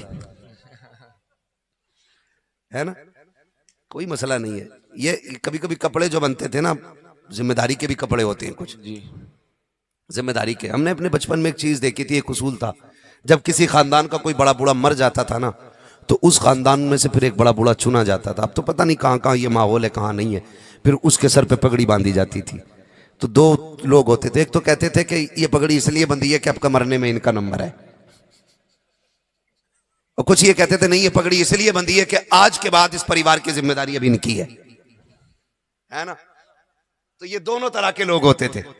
कुछ कहते थे कपड़ा मौत का है, कुछ कहते थे कपड़ा जिम्मेदारी का है। तो दोनों तरह के लोग हुआ करते थे। अल्लाह आपको सलामत रखे।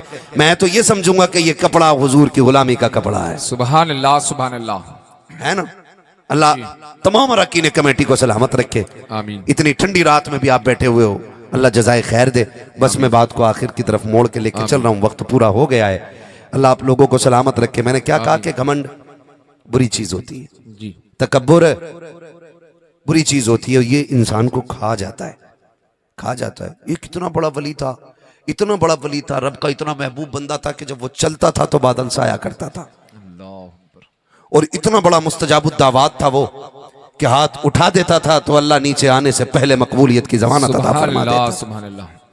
अब समझ सकते हो आप वो बंदा कैसा होगा जी, जिसके हाथ उठने में देर हो, रब को कबूलियत में देर न लगे। सुभान अल्लाह। जो धूप में चले तो आसमान पे बादल साया करके चले। कोई आम तो होगा नहीं ना, बड़ा खास था। इत्तेफाक से वो निकल रहा था, एक बड़ा बदनाम जमाना बंदा, गुनाहगार बंदा आया। वो कहने लगा यार क्यों ना इसने एक बंदे से हाथ मिला ले। तवज्जो है सारे लोगों की, है तवज्जो। उसने जैसे हाथ बढ़ाया ना तो उसने एक आदमी ने हाथ पीछे कर लिए। उसने कहा इतने बुरे दिन नहीं आए कि तेरे जैसे गुनाहगार से मैं हाथ मिलाऊं। ये बात कह बैठा वो। उसने कहा इतने बुरे दिन नहीं है मैं तेरे जैसे गुनाहगार से हाथ मिलाऊं। उसने इतनी बात कही ना तो ये जो गुनाहगार था ना ये रुक गया, वो आगे बढ़ गया। इसने आसमान की तरफ निगाह उठा के कहा मालिक मैं तेरा मुजरिम था, जमाने का तो नहीं, मैं तेरा गुनाहगार हूं, दुनिया का तो नहीं। या अल्लाह ये इनको हक किसने दे दिया ये मुझे जलील करें?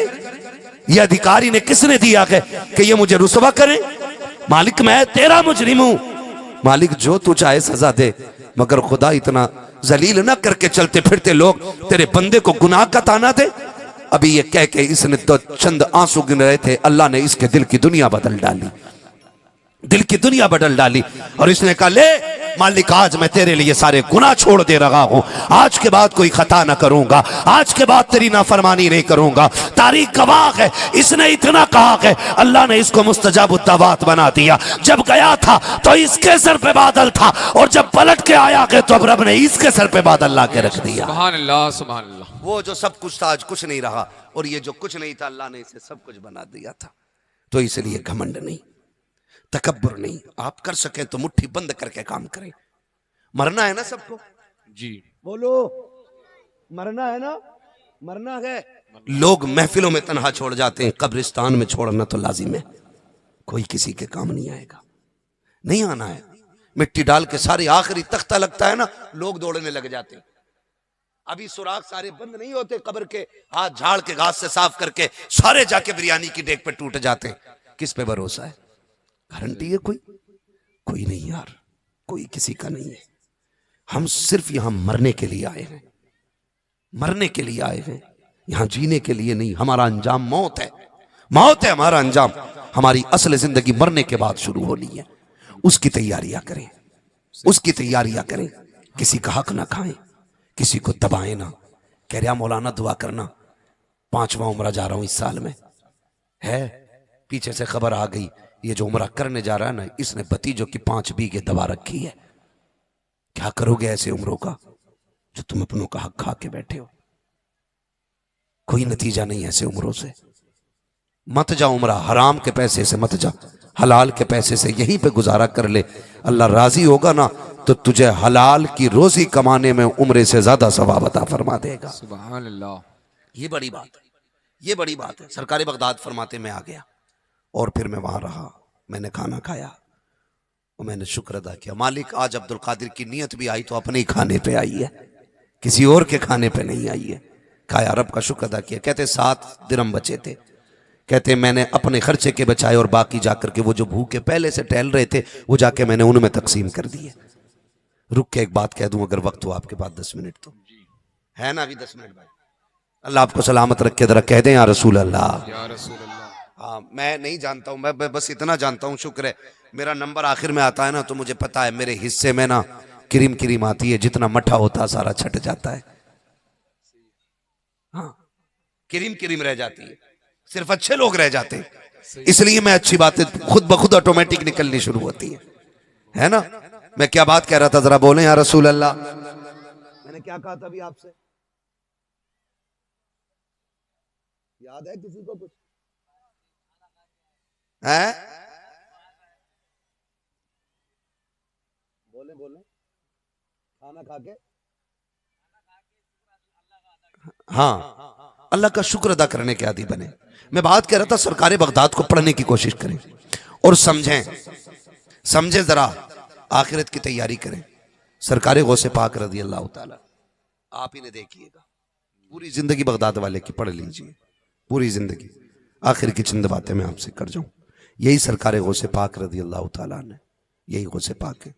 एक दिन ना दरिया के किनारे जा रहे हैं, जाना था दरियाई नील पार करना था, तो गए किसी काम से, और जाने के बाद ना आप जब वहां पहुंचे तो आपने देखा एक शख्स एक तरफ रो रहा था। आपने फरमाया क्या हुआ, क्यों रो रहा है? उसने कहा हुजूर मुझे पार जाना था, लेकिन कश्ती वाले ने इसलिए उतार दिया कि मुझ पे किराया नहीं है, देने के लिए पैसा नहीं है, इसलिए मुझे उतार दिया गया। गौस पाक रुक गए और अपने शागिर्द से फरमाया दौड़ के जा, मेरी दरसगाह में सोने के सिक्कों की थैली रखी है। शागिर्द उठा के लाया, आपने सोने के सिक्कों की थैली, आज का पैसा कागज का है, कल का पैसा सोने का था। सुभान अल्लाह। आज का पैसा कागज का है, कागज का है, कल का पैसा सोने का था। लेकिन जी अल्लाह वाले लोग सोने के सिक्के बगदाद वाले ने मंगाए और कश्ती वाले को बुलाया, इधर आ जी हुजूर का, ये ले पैसे रख। उसने कहा हुजूर ये क्या? कहा सोने के सिक्के हैं, इसमें थैली भरी हुई 100 सिक्के सोने के। हुजूर इसका क्या करना? फरमाने लगे सुन, इस गरीब को तूने कश्ती से इसलिए उतार दिया कि इसके पास किराया नहीं था। कहा अब्दुल कादिर ये सारा पैसा तुझे दे रहा है, जब तक तू जिंदा रहे ना, कोई भी आए बिना पैसे वाला ना, उसे धक्का ना देना, उसे अब्दुल कादिर के पैसे से दरिया पार करा दिया कर। सुभान अल्लाह, सुभान अल्लाह। ये जगहें रह गई है दिल में, हैं ये जगहें दिल में। गौसे पाक रज़ी अल्लाह ताला अन्हु मां ने जो भेजा वो पैसा भी बांट दिया जा करके, और जिसको भी परेशान पाया उसकी मदद करने लग गए। आज है, आज लिफाफे भी हम लिखवाते हैं ना, तो शादियों में लिखवाते हैं। अपने अगर हॉस्पिटल में मरीज हो जाते हैं ना, बीमार, तो हम फोन बंद कर लेते, कोई मदद के लिए हॉस्पिटल से फोन ना आ जाए। सगा भांजा हॉस्पिटल में ब्लड की जरूरत है, बहन फोन करके कहती है भाई आजा, मेरा बेटा बचने में मुश्किल लग रहा है, खून दे के चला जा। बीवी हाथ पकड़ के कहती है जाना नहीं, तुम बड़े कमजोर हो, ये 80 किलो का तुझे कमजोर दिख रहा है, और सगी बहन का एक ही सहारा है, वो जाने वाला है, किसी को गैरत तक नहीं आई। बीवियां हाथ पकड़ लेती है तो सगे भांजे के लिए मौत आ जाती है मदद के लिए। हमको फोन बंद करके बैठ जाते हैं, कहीं बहन पैसा ना मांग लो, कहीं फला मदद ना मांग ले हमसे। ये इस्लाम नहीं है, ये इस्लाम नहीं है, और इससे मदद नहीं आती, इससे बरकत नहीं आती है।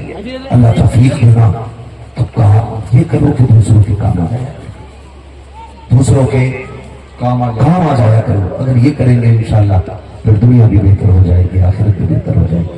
पूरी जिंदगी बगदाद वाले ने दूसरों की मदद की और आज भी वो मदार से मदद फरमा रहे हैं।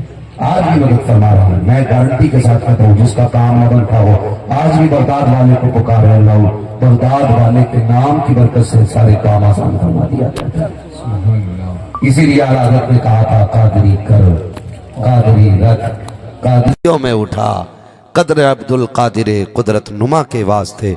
मेरे मुर्शिद ताजुश शरिया ने कहा था, अख्तर कादरी खुल्द में चल दिया, खुल्द वहाँ है हर एक कादरी के लिए। फरमाइश की गई थी कि शजरा हुजूर का जरूर पढ़ना है आखिर में, तो मैं जरा पढ़ देता हूँ, जरा बोल दें सुभान अल्लाह। सुभान अल्लाह। जितने लोग जाग रहे हैं वो बोलें जरा सुभान अल्लाह। सारे ही जाग रहे हैं माशाअल्लाह। अल्लाह सलामत रखे। देखें शायद तबर्रुक आया ना इसमें, जी इसमें तबर्रुक है ना हजरत? जी जी। हाँ देखो माशाअल्लाह तबर्रुक आ गया है। और तबर्रुक आने का मतलब यह है कि हम मौलवी हट जा। अब सुना है, अब खाने की महफिल का आगाज होगा। जिक्र भी उनका था और लंगर भी उन्हीं का चलना है इंशाअल्लाह। कई बार तबर्रुक बैठता है ना हजरत, तो लोग छोड़ के चले जाते मैं मुखिया हूं, मैं क्यों हाथ फैलाऊं ना।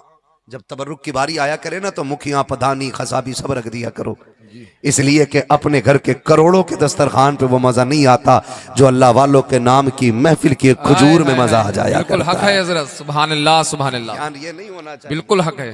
तो ये लंगर की चीजें, तबर्रुक की चीजें हम इसलिए नहीं छीनते या इसलिए नहीं दौड़ते इसकी तरफ कि हमें मिलता नहीं है।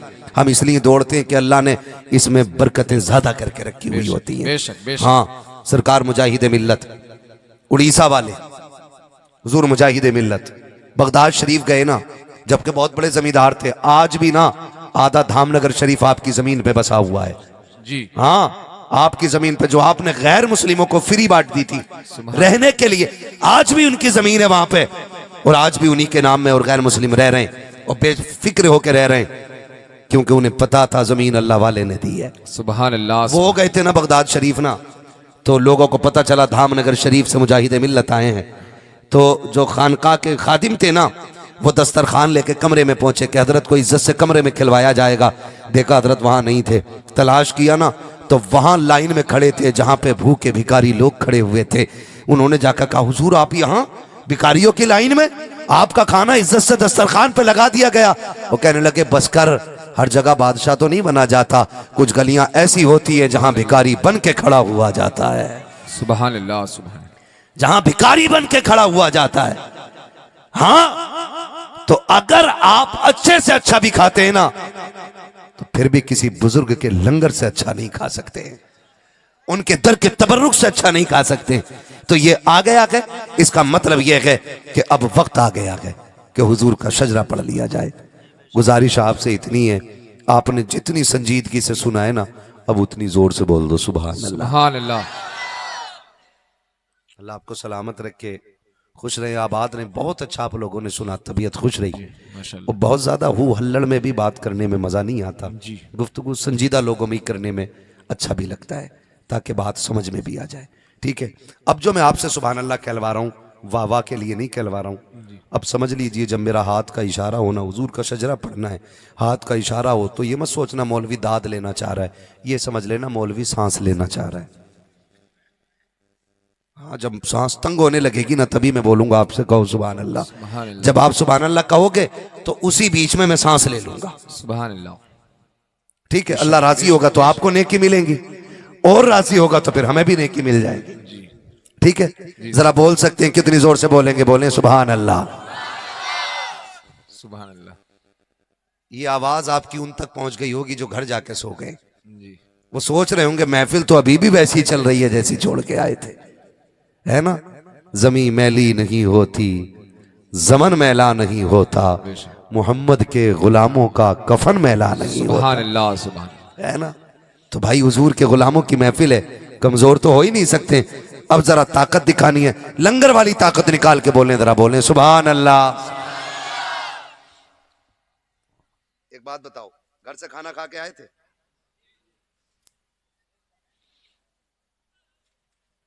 कई लोगों की आवाज इसलिए नहीं निकली कि भूख लग रही होगी, ना लगी, खूब खा के आए।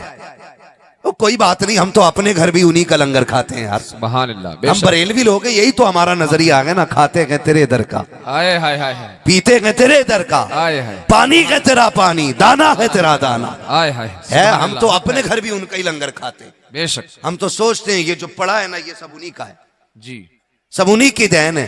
हक है। वरना ये चेहरे तो इतने अच्छे नहीं थे कि इसके नाम से इतनी दौलत उतारी जाती। बेशक सुभान हमारे वजूद तो इतने अच्छे नहीं थे, इतने ठाठ के साथ रहते। हम कहते हैं ये नाज ये अंदाज हमारे नहीं होते, झोली में अगर टुकड़े तुम्हारे नहीं हाय, होते, हाय, हाय, हाय। मिलती ना अगर भीख हुजूर आपके दर से, इस शान से मंगतों के गुजारे नहीं होते। क्या कहने, सुभान अल्लाह सुभान अल्लाह। और आला हजरत ने हमें सिखाया, तेरे टुकड़ों पे पले गैर की ठोकर पे न डाल, आए हाय। झिड़कियां खाएं कहां छोड़ के, सदका तेरा, छोड़ के सदका तेरा, सदका तेरा। अब जरा बोलते हैं सुभान अल्लाह। सुभान अल्लाह। आवाज हल्की होती जा रही है, लग रहा है ठंड ज्यादा लग रही है। सुनो देखो भाई, हम साइंटिस्ट भी हैं। अब बताएं तुम्हें साइंस की बात, बहुत गहरी बात बता रही, जोर से बोलोगे ना तो ठंड कम लगेगी। जी, देखो मैंने अंदर की बात बताई है ना। हाँ।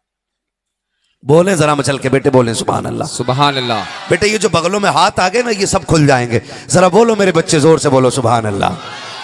ये तू बेटे खड़ा हो ना, छोटे वाले खड़ा हो, खड़ा हो जल्दी। कितनी उम्र होगी इस बच्चे की भाई? कितनी उम्र होगी इस बच्चे की? 6-7 साल का बच्चा होगा, 8 होगा, ज्यादा होगा तो। कितनी उम्र है बेटे? 7 साल है ना। इस उम्र में, इस उम्र में इस महफिल में बैठने का मतलब यह होता है कि ये अपनी मर्जी से नहीं, किसी और की मर्जी से बैठे हुए हैं। ये खुद से नहीं आए गए, किसी ने ला के बैठा रखा है। बेशक सुभान अल्लाह। दुनिया यही तो हैरत में है आए हाय हाय, कि हम 500 रुपए दे के झंडा हाथ में लेके फिर नारे लगवाते हैं। ये इश्क कैसा है मदीने वाले का, यहाँ जवान नहीं बच्चे भी आके रातें गुजार जाते हैं। सुभान अल्लाह सुभान अल्लाह। बच्चे भी आके रातें गुजार जाते हैं। मैं तो कहता हूं इस बच्चे की बात करते हो, खुदा की कसम ये तो बहुत बड़ा है, बहुत बड़ा है। अगर देखो तो फिर करबला के बच्चे आप देखो, करबला के बच्चे देखो। आज कंजूसी है, सखावत खत्म, अपने आगे का किसी को देने तैयार नहीं। ये कंडीशन हमारी है। लेकिन जानते हो करबला है, खेमे हैं, 10वीं सुबह है मुहर्रम की, उधर तलवारें तेज की जा रही थी, इधर तिलावत की तेजी की आवाज आ रही थी। उधर हथियार संभाले जा रहे थे, इधर मुसल्ले समेटे जा रहे थे। ये करबला की 10 तारीख की कहानी है। अचानक एक बच्ची आ गई, बच्ची छोटी सी थी, 7-8 साल की उम्र की बच्ची। मेरे बच्चों, अल्लाह आपके माँ बाप को सलामत रखे। जितने छोटे बच्चे यहाँ बैठे, मैं जानता हूं आज ये यहाँ पर जलसा सुनने के लिए आए हैं, कल जवान होकर के यही महफिलों में जलसा कराने के लिए आगे बढ़ेंगे। सुभान अल्लाह। ये मुस्तकबिल है इस्लाम का, ये बच्चे मुस्तकबिल हैं। ऐसे बच्चे सवारे जाएंगे इंशाअल्लाह, सुभान ऐसे सवारे जाएंगे बच्चे। सुभान तो वो बच्ची जब आई ना करबला के मैदान में, हुसैन के खेमे की तरफ, उसने एक चक्कर लगाया खेमों का, चक्कर लगा के वापस जाने लगी। सैयदा ज़ैनब की निगाह पड़ गई। कौन ज़ैनब? ये वो ज़ैनब है जिसे दुनिया में सबसे कम उम्र में सबसे पहली कुरान की कारिया बनने का शरफ हासिल है। उसी जात को सैयदा ज़ैनब कहा जाता है, सुभान अल्लाह। जिसने सबसे कम उम्र में शाम में कुरान की तफसीर बयान की, उसी जात को सैयदा ज़ैनब कहा जाता है। सुभान अल्लाह। आप समझे जरा, ये सैयदा ज़ैनब निगाह पड़ गई बच्ची की तरफ। जब देखा ना कोई बच्ची अजनबी है, हमारे काफिले में से तो नहीं है, ये हमारी तरफ है। बच्ची को बुलाया, कहा बेटी कौन है? बच्ची ने कहा ये जो सामने वाले खेमे लगे हैं ना, यजीदी लश्कर की तरफ इशारा करके कहा, ये जो खेमे लगे ना, इसमें एक सरदार, एक सिपह सलार है, उसका नाम हुर है। मैं उसी हुर की बेटी हूं। ये हुर कौन थे? ये वो थे जिन्होंने हुसैन का रास्ता रोका था, जिन्होंने रुकने पे मजबूर किया था। वही हुर हैं, ये वही हुर हैं। कहा मैं उनकी बेटी हूं। सैयदा ज़ैनब ने धक्का नहीं दिया, कहा बेटी करीब आओ, हाथ पकड़ा, फरमाने लगी शहजादी उसूल यह है हमारे घर से कोई खाली नहीं लौटाया जाता, मेहमान की खिदमत की जाती है, लेकिन परदेसी है, कभी वक्त मिले हमारे मदीने आना, हम तेरी वहां खिदमत करके दिखाएंगे। अभी इतनी बात कही थी कि हुजूर इमाम अली मकाम की शहजादी सैयदा सकीना आगे से गुजरी। आपने देखा सकीना के कान में 4 बाली पड़ी हुई थी। बुला के कहा, बेटी सकीना। जी फूफी। कहा, बेटी इधर आओ, दिल देखें हुसैन के घर की परवरिश देखें, इधर आओ बेटी। जी फूफी। का ये मेहमान है। बच्ची जा रही थी। बेटी अगर खाली चली गई ना तो हमारे घर की मेहमान नवाजी बदनाम हो जाएगी। का फिर? का बेटी एक काम कर, इजाजत दे तो मैं तेरे कान की बाली ना पहना दूं एक ही से। आपने ना दोनों कानों से एक एक बाली निकाली और निकाल के फूफी के हवाले करके कहा, हमारे कान नंगे हों ये तो गवारा हो सकता है, हुजूर का खानदान बदनाम हो जाए ये गवारा नहीं हो सकता है। अल्लाह अकबर। दे दी बालियां निकाल के, बच्ची ने पहनी। और पहनने के बाद जब बच्ची अपने खेमे में आई और हुर की निगाह पड़ी, उसने अपनी बेटी के कान देखे और कहने लगे, बेटी जब हम आए थे यहां तो तेरे कान में कोई जेवर नहीं था, मेरी बच्ची ये जेवर कहां से आया? उसे क्या मालूम, बच्चे तो बच्चे होते हैं। उसने कहा, बाबा ये जो सामने खेमे लगे हैं, सुबह इनमें टहलती टहलती चली गई थी। बाबा बड़े अच्छे लोग लगे हैं, इतने अच्छे अखलाक के मालिक थे। बाबा मैं गई थी, उनके खेमों के चक्कर लगाए हैं, मैंने बाबा जा करके देखा है, अजीब मंजर था। उन्होंने जब इतनी बात कही है कि बच्ची ने कहा था, अब्बा दुश्मनी के भी कुछ उसूल होते हैं, ये कैसी दुश्मनी है? हम तो नहर के मालिक हैं, पानी पे हमारा कब्जा है, हमारे घोड़े पानी पी रहे हैं, लेकिन उनके घर का 6 माह का बच्चा प्यासा है। ये कैसी दुश्मनी है बाबा? हमारे यहाँ जानवरों के खाने के लिए चारा है, उनके घर की शहजादियां भूखी है। अब्बा मैं जिस बांधने में गई थी देखने के लिए, मैंने 6 माह के शीर खार को देखा था, उसकी करवट में बैठी हुई सकीना को देखा, वो बार बार उसका चेहरा घुमा के कहती थी, असर नाराज ना हो, आज पानी पिलाया जाएगा। खुदा की कसम उसने कहा था, बाबा बताओ तो सही ये पानी क्यों बंद किया गया? का बेटी इनसे नाराजगी है, दुश्मनी है। तब बच्ची ने कहा था, अब्बा दुश्मनी पड़ोस है, उस बच्चे ने क्या बिगाड़ा है? फिर सकीना का कसूर क्या है? हजरत हुर कहते हैं, जब बच्ची ने इतनी बात कही, बच्ची कहती है, अब्बा मुझे समझ में नहीं आया, बड़े अच्छे लोग थे, हमने उनका पानी बंद किया है। बच्ची कहती, जब मैं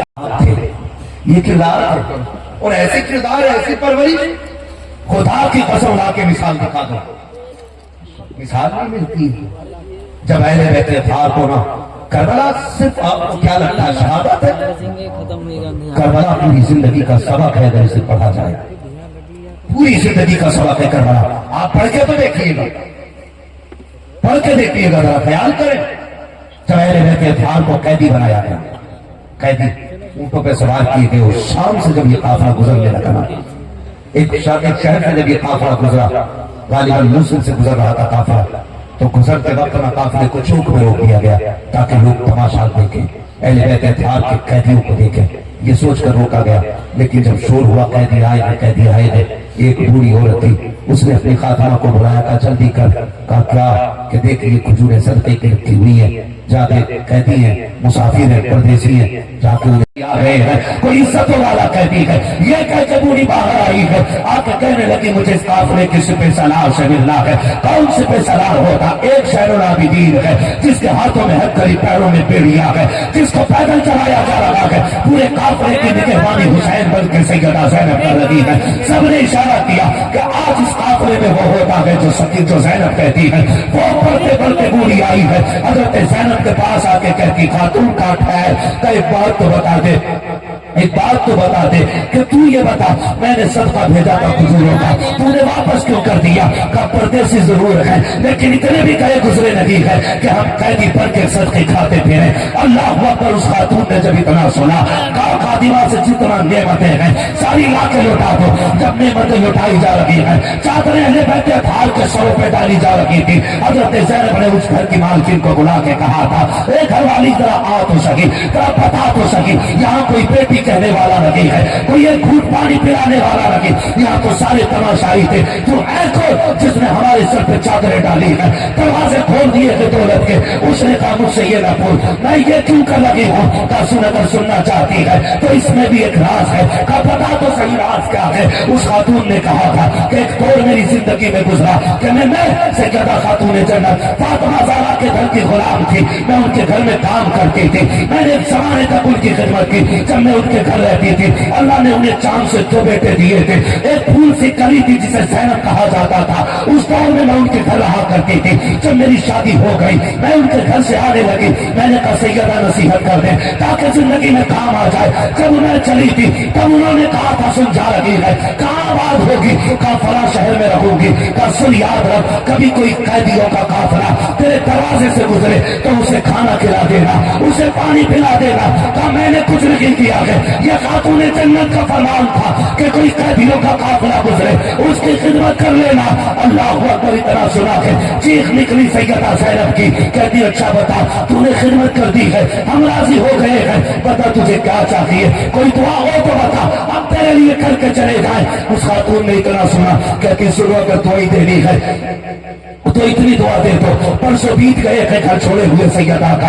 मैंने बचपन में हसन हुसैन देखे थे, सुना कि हसन को तो शहीद कर दिया गया है। मेरा जी चाहता है अल्लाह ने अगर जिंदगी दी है तो मुसाफिर इतनी दुआ कर जा, खुदा मुझे ज़ैनब का चेहरा दिखा दे, मुझे हुसैन का चेहरा दिखा दे।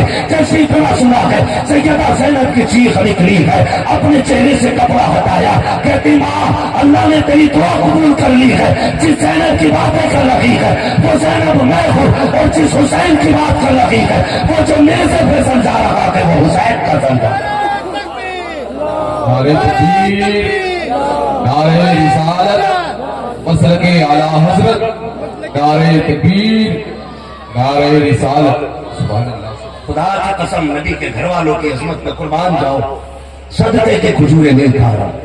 कई दिन का फाका, ये तरबियत दो अपने बच्चों को, मर जाएं हराम का लुक़मा हलक से नहीं उतरना चाहिए।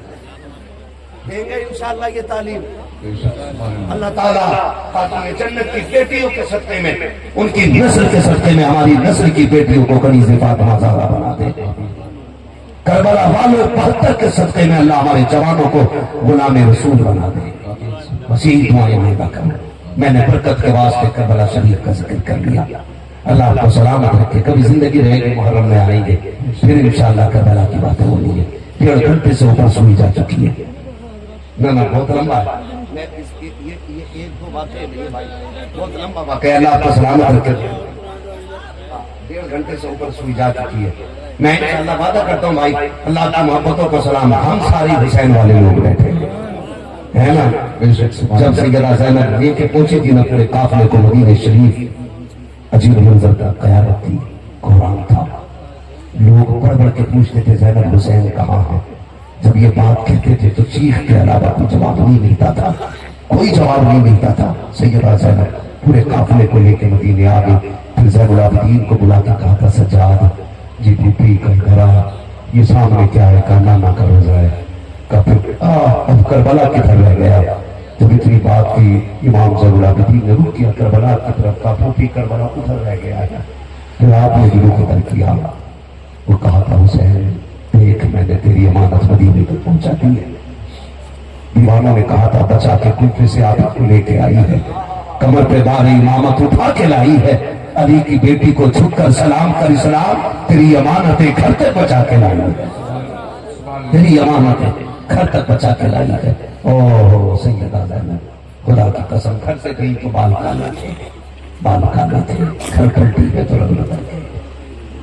इमाम ज़ैनुल आबिदीन से कहा था तू घर चल, मैं नाना को जाके करबला सुना के आती हूँ, करबला सुना के आती हूँ। ये सोच के जब आई ना हुजूर के रोजे पे, तो हजरत फिजा आपके साथ थी।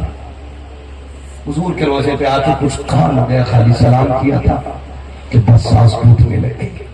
बात ना बन पड़ी, कुछ ना कह सकी, खाली सलाम किया था। नाना के रोजे पे वो भाई अगर जामे 4 शेर लिख के हुजूर की चौखट पे चले, महबूब कहते इसे रोक दो वरना मजार से हाथ निकाल कर मुसाफा करना पड़ेगा। वो बता अगर जामे आशिक हो के जाए, हुजूर मजार से निकलने की बात करके, जब बेटी करबला से मदीने आई होगी फिर हुजूर के दिल पे क्या बीती होगी। सैयदा ज़ैनब आई, हुजूर के रोजे पर सलाम किया, चाहती थी कि एक दर्द बयान कर लो, बताऊं मेरे बेटे कैसे शहीद हुए, बताऊं कैसे कैसे करबला में नेज़े मारे गए, बताऊं कैसे पानियों पर पाबंदी थी, बताऊं जहां कुत्ते पानी पी रहे थे वहां आदमी के बच्चे भूखे थे। ये सोच करके खड़ी थी, लेकिन कुछ ना कह सकी, फिर तिलावत शुरू कर दी, कुरान पढ़ना शुरू किया। पढ़ते पढ़ते यहाँ पहुंची अल्लज़ीना इज़ा असाबतहुम मुसीबा क़ालू इन्ना लिल्लाहि व इन्ना इलैहि राजिऊन। जब यहाँ पहुंची ना, हज़रत फिज़ा ने कंधे पर हाथ रख के कहा, सैयदा बस कर दे, हुजूर का मज़ार हिलने लग गया, बस कर। आखिरी सलाम किया, पलट के जब आने लगी, अल्लाह अकबर, सैयदा ज़ैनब लौट के आई ना। 18 बहनों की, भाइयों की बहन थी सैयदा ज़ैनब। कितने भाइयों? 18 भाइयों की बहन थी। जहां तक मैंने पढ़ा है ना, ये लोग जब करबला से चले थे ना तो 13 मुहर्रम था, और जब मदीने आए थे तो 27 रमजान। तारीख है, तब्दीली भी हो सकती है, ठीक है ना? तो जितना मैं जानता हूँ 27 मुहर्रम 27 रमजान को पलट के आए। तो बहनों की आदत होती है ईद लेने की, और सैयदा ज़ैनब अकेली थी 18 भाइयों की। गाजी अब्बास का उसूल ये था कि हर ईद पे सारे भाइयों से ईद इकट्ठी करके खुद सैयदा ज़ैनब के दरवाजे पे दे जाते थे। लेकिन आज जब आई है ना तो 18 दरवाजों में ताले लगे, कोई भाई बाकी नहीं रह गया। जब आई, एक एक भाई के दरवाजे को देखते हुए गुजरी, सर से लेके पैर तक पर्दा। आज शादी के नाम पर दुपट्टा उतर गया, वलीमे के नाम पर बेटियों के कपड़े उतर गए, आज फंक्शन के नाम पर बेटियों ने हिजाब उतार दिए। वाह ज़ैनब तेरे पर्दे को सलाम, पूरा घर लुटा कर आई है। पर्दे का आलम यह है, जब आई है ना अपने दरवाजे पे, तो जाते जाते बच्चियों से कह के गई कि बेटी कुरान मत छोड़ना, कुरान की तिलावत कसरत से करनी है। और दूसरी बात कही कि दरवाजे पे साइल आ जाए तो उसका वक्त जाया नहीं करना। 2 बातें बेटियों से कह के गई थी। जब अपना ही दरवाजा आया ना तो आपकी बेटी कुरान पढ़ रही थी, हिम्मत ना हो सकती अंदर जाने की, दरवाजे पे बैठ गई। दरवाजे पे बैठ गई ना तो एक बेटी ने कहा, बहन लगता है दरवाजे पे कोई परदेसी आई बैठी है। बेटी ने आकर दरवाजे पे कहा, कौन हो? सवाला ना, भिखारी हो? कहा नहीं, परदेसी हो। कहा यहाँ क्यों बैठी हो? कहा बेटी तुम्हारा कुरान बड़ा अच्छा लग रहा था, तुम पढ़ रही थी ना तो दिल कर रहा था मैं सुनती रहूं। तो बड़ी बहन ने कहा, परदेसी खातून, काश तुमने हमारी मां ज़ैनब का कुरान सुना होता। ये बात सैयदा ज़ैनब से हो रही है, चेहरे पे पर्दा पड़ा, अपने दरवाजे पे बैठी है। काश तुमने हमारी ज़ैनब मां का कुरान सुना होता। कैसे पढ़ती थी ज़ैनब? तो बेटी कहती है, जब हमारी मां ज़ैनब कुरान पढ़ती थी ना तो 18 भाई छुप छुप के कुरान सुना करते थे। हमारा कुरान सुन के कहती हो इतना अच्छा है, काश तुमने ज़ैनब का कुरान सुना होता, हमारी माँ का। हमारी माँ को खातून जन्नत फातिमा ज़हरा ने कुरान पढ़ाया था। अल्लाह अकबर। इतने में बहन आई, उसने सिक्के दिए, कहा मेरी माँ कह के गई थी जल्दी भीख दे के सवाली को आगे बढ़ाना। कहा सवाली नहीं, परदेसी हुई, बैठ गई। थोड़ी देर गुजरी है कि हजरत आपके शोर हजरत अब्दुल्लाह इब्न जाफर तैयार आ गए। पर्दा देखी, पर्दा। आपने देखा कोई अजनबी खातून दरवाजे पे बैठी है, सर से लेकर पैर तक पर्दा है। आपने मुंह घुमाया, जेब में हाथ डाला, चंद सिक्के निकाले, भीख के तौर पे देने लगे। जब भीख देने लगे, सैयदा ज़ैनब ने कहा कि मैं कोई भिखारा नहीं। कहा फिर कहा परदेसी जरूर हूं। अल्लाह अकबर। अंदर गए, कहा बेटी देखना कोई परदेसी खातून है। कहा अब्बा बेटी जो है बाहर आए, कहने लगी खातून शाम हो गई है, अंधेरा होने लगा, क्यों ना हमारे घर रुक जाए। हमारी बीवी परदेश गई है, जब से वो गई है बेटियां याद करके बड़ी होती है। एक काम कर, आज की रात हमारी बच्चियों में गुजार देता कि बच्चियों का दिल लग जाए। ये कहकर जब कहा ना दरवाजा खुला, सैयदा ज़ैनब अंदर आ गई। जब अंदर आने लगी ना तो आपने बेटी से कहा, बेटी सुनो, मेहमान परदेसी है, आज भी तुम्हारे साथ रहेगी, इसकी खिदमत करो। जल्दी से उसूल थाना बच्ची दौड़ी और पानी का प्याला लेकर के आई। अभी चेहरे से नकाब नहीं हटाया, जैसे पानी का प्याला आया, लोग तुम पानी पियो। आपने पानी दे के ठंडी भरी, काम पानी नहीं पिया करते थे, हमें पानी से नफरत हो गई है। कहा बिस्तर पर लेट जाओ। कहने लगी बिस्तर जिसके अपने करबला की जमीन पर पड़े रहते हो, उन्हें बिस्तर अच्छे नहीं लगते। कहा अच्छा बैठो तो बात करें। बात करने लगी, आप झुका के बैठी है। एक बच्चियों की आदत होती है पूछना जल्दी करती है कौन हो, कहाँ की रहने वाली है। एक बड़ी छोटी बच्ची ने कहा आप ही की बेटी कहती कौन है आप? कहा परदेसी हूँ। कहा आपके कितने भाई है, कितने बच्चे हैं, कहाँ की रहने वाली है, जानते हो? सैयदा ज़ैनब से पूछा बच्चे कितने? कहा 2 बेटे। अच्छा, कहा क्या नाम है, उम्र कितनी है? कहा एक 10 साल का है, एक 11 साल का, 12 साल का। कहा भाई कितने? का 18। जब 18 भाइयों का नाम आया तो उसने कहा लगता है कोई परदेसी भी मां आ गई है। कहा रब में 18 भाइयों की बहन से तुम्हारी ज़ैनब है और कोई नहीं। कादरा खातून सर से चेहरे से नकाब तो हटा। जब सैयदा ज़ैनब ने नकाब हटाया बेटी की चीख निकल गई। कहा बहन देख कोई परदेसी नहीं है, मां आ गई है। दौड़ करके आई, बालों की सफेदी देखी, चेहरे की झुर्रियां, बड़ी बहन पीछे हट गई। ये मां नहीं हो सकती है, हमारी माँ के बाल काले थे इसके सफेद है। माँ की चीख निकली। कहा बेटी बाल मेरे भी काले थे लेकिन बेटे के दुख ने सफेद कर दिए, भाई के जनाजे ने सफेद कर दिए। बच्चियों ने कहा भाई कहाँ है? कहने लगे बेटी मैं बेटे लुटा आई हूँ, मुस्तफा का दीन बचा लाई हूँ। दुनिया लुटा दी मैंने, अपनी हुजूर का दीन बचा लिया है, दीन बचा लिया है। बड़ी कुर्बानियां हैं, खुदा की कसम। वो ज़ैनब जो अपने दरवाजे पे जिसकी पर्दे की वजह से पहचान ना हो, आज हम अपनी बेटियों से कहना चाहेंगे, बहनों से कहना चाहेंगे मेरी बहनों तुम्हारी जन्नत तुम्हारे पर्दे में है, तुम्हारी राहत तुम्हारे पर्दे में है। तुम हया का जेवर पहन लो, खुदा तुमको जन्नती जेवर पहनाएगा। तुम पर्दों की पाबंद हो जाओ, तुम दुपट्टे के आदी हो जाओ, कोई तुम्हारी कब्र पे खड़े होकर के चादर टांगे न टांगे, खुदा की रहमत की चादरें टांग दी जाएंगी, खुदा की रहमतें टांग दी जाएंगी चादरें, और खुदा की रहमत कब्रों में तुम्हारा इस्तकबाल करेगी। इसलिए मेरी बेटी कनीज़े फातिमा ज़हरा बन जाओ, नौजवानों गुलाम हुसैन बन जाओ। ये कमेटी सिर्फ जलसे की कमेटी नहीं रहनी चाहिए, सुन लीजिएगा, ये कमेटी सिर्फ जलसे की कमेटी नहीं, ये कमेटी हुजूर के दीन की कमेटी बन जानी चाहिए।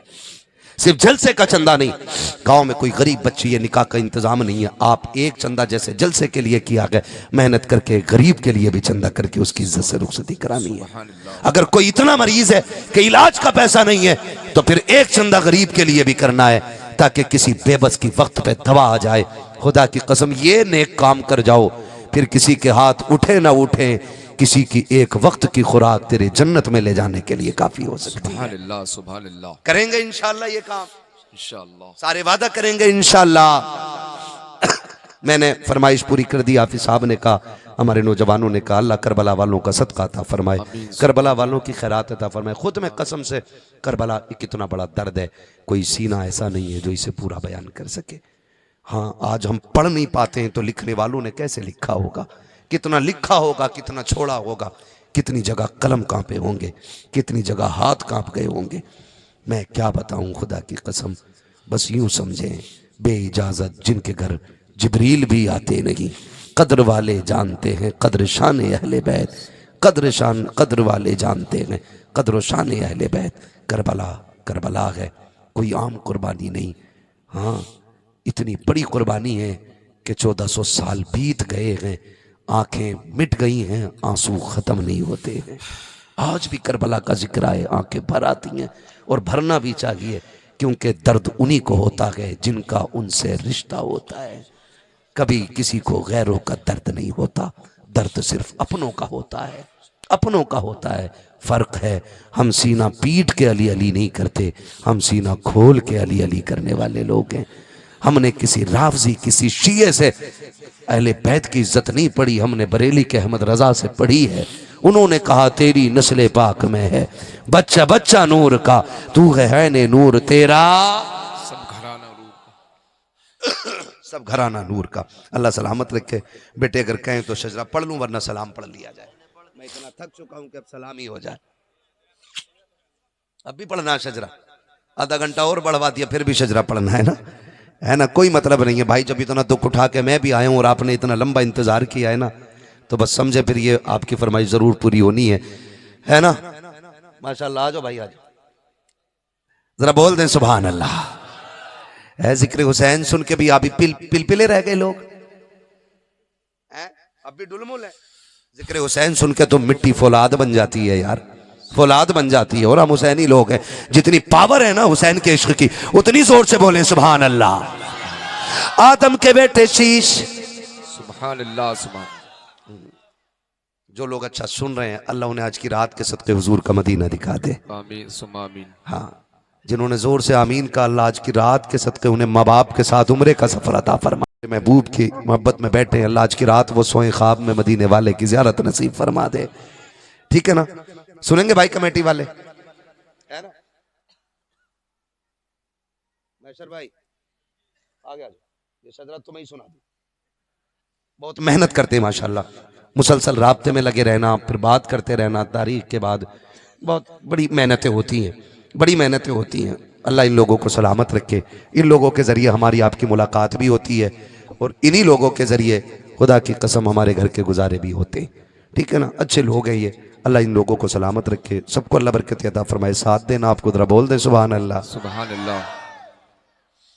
मैंने ये सुना था कि बच्चे लोग जवानों पे भारी पड़ जाते है ना? उम्मीद है मेरे आगे 5-6 बच्चे बैठे, इंशाल्लाह पूरी महफिल पे तेज आवाज निकल सकती है ना? सिर्फ बच्चे बच्चे बोले जरा सुभान अल्लाह। है माशाल्लाह, बच्चा पार्टी का कब्जा पीछे तक है, शाम की तरह, है ना? बोल के शाम की तरह पीछे तक कब्जा है। समझ गए ना सारे लोग? जी बेशक। है ना? अब सारे बोलते हैं जरा सुभान अल्लाह। देखो यार, देखो डंडी ना मारना, मैं शजरा पढ़ रहा हूँ। मैंने कोई नमाज जनाजा की नियत नहीं बांधी है कि पूरी तकबीरें करके रुकूंगा। मैं शजरा पढ़ रहा हूँ हुजूर का, आप बोलेंगे तो ठीक, नहीं बोलेंगे आप चुप तो फिर हम भी चुप। ठीक है ना?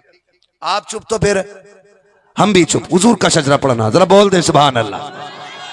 आदम के बेटे शीश, शीश के बेटे यानस, यानस के बेटे कैनान, कैनान के बेटे मैलाइल, मैलाइल के बेटे प्यारत, प्यारत के बेटे इदरीस, इदरीस के बेटे मुतवशिक, मुतवशिक के बेटे लमकने के नाम, लमकने के नाम के बेटे नूह, नूह के बेटे साम, साम के बेटे जुल्हात, जुल्हात के बेटे शालेक, शालेक के बेटे आबिर, आबिर के बेटे दाता, दाता के बेटे रावा, रावा के बेटे सारू, सारू के बेटे नाखुर, नाखुर के बेटे तारिक, तारिक के बेटे इब्राहिम, सुभान अल्लाह सुभान अल्लाह। इब्राहिम खलीलुल्लाह, इब्राहिम खलीलुल्लाह के बेटे इस्माइल ज़बीहुल्लाह, इस्माइल ज़बीहुल्लाह के बेटे कैदार, कैदार के बेटे अवाम, अवाम के बेटे हमल, हमल के बेटे साबित, साबित के बेटे सलमान, सलमान के बेटे रईसा, रईसा के बेटे इलियासा, इलियासा के बेटे ओदोद के बेटे हव्वा, हव्वा के बेटे अदनान, अदनान के बेटे मोहित, मोहित के बेटे नदान, नदार के बेटे मुदिर, मुदिर के बेटे इलियास, इलियास के बेटे मुदरिका, मुदरिका के बेटे खदीमा, खदीमा के बेटे किनाना, किनाना के बेटे नदर, नदर के बेटे मालिक, मालिक के बेटे फार, फार के बेटे गालिब, गालिब के बेटे लुई, लुई के बेटे काब, काब के बेटे मुर्रा, मुर्रा के बेटे किलाब, किलाब के बेटे कुसै, कुसै के बेटे अब्दे मनाफ, अब्दे मनाफ के बेटे हाशिम है, हाशिम के बेटे अब्दुल मुत्तलिब है, अब्दुल मुत्तलिब के बेटे अब्दुल्लाह है, अब्दुल्लाह के बेटे मोहम्मदुर रसूलुल्लाह। सुभान अल्लाह सुभान अल्लाह सुभान अल्लाह। जो हुए अगलात उनको माफ फरमाए रब्बे कायनात। जिंदगी ने दिया साथ, फिर होगी मुलाकात, चमन रहा फूल खिलेंगे, जिंदगी रही फिर मिलेंगे। मुसाफिर हम भी, मुसाफिर हो तुम भी, किसी मोड़ पर फिर मुलाकात होगी।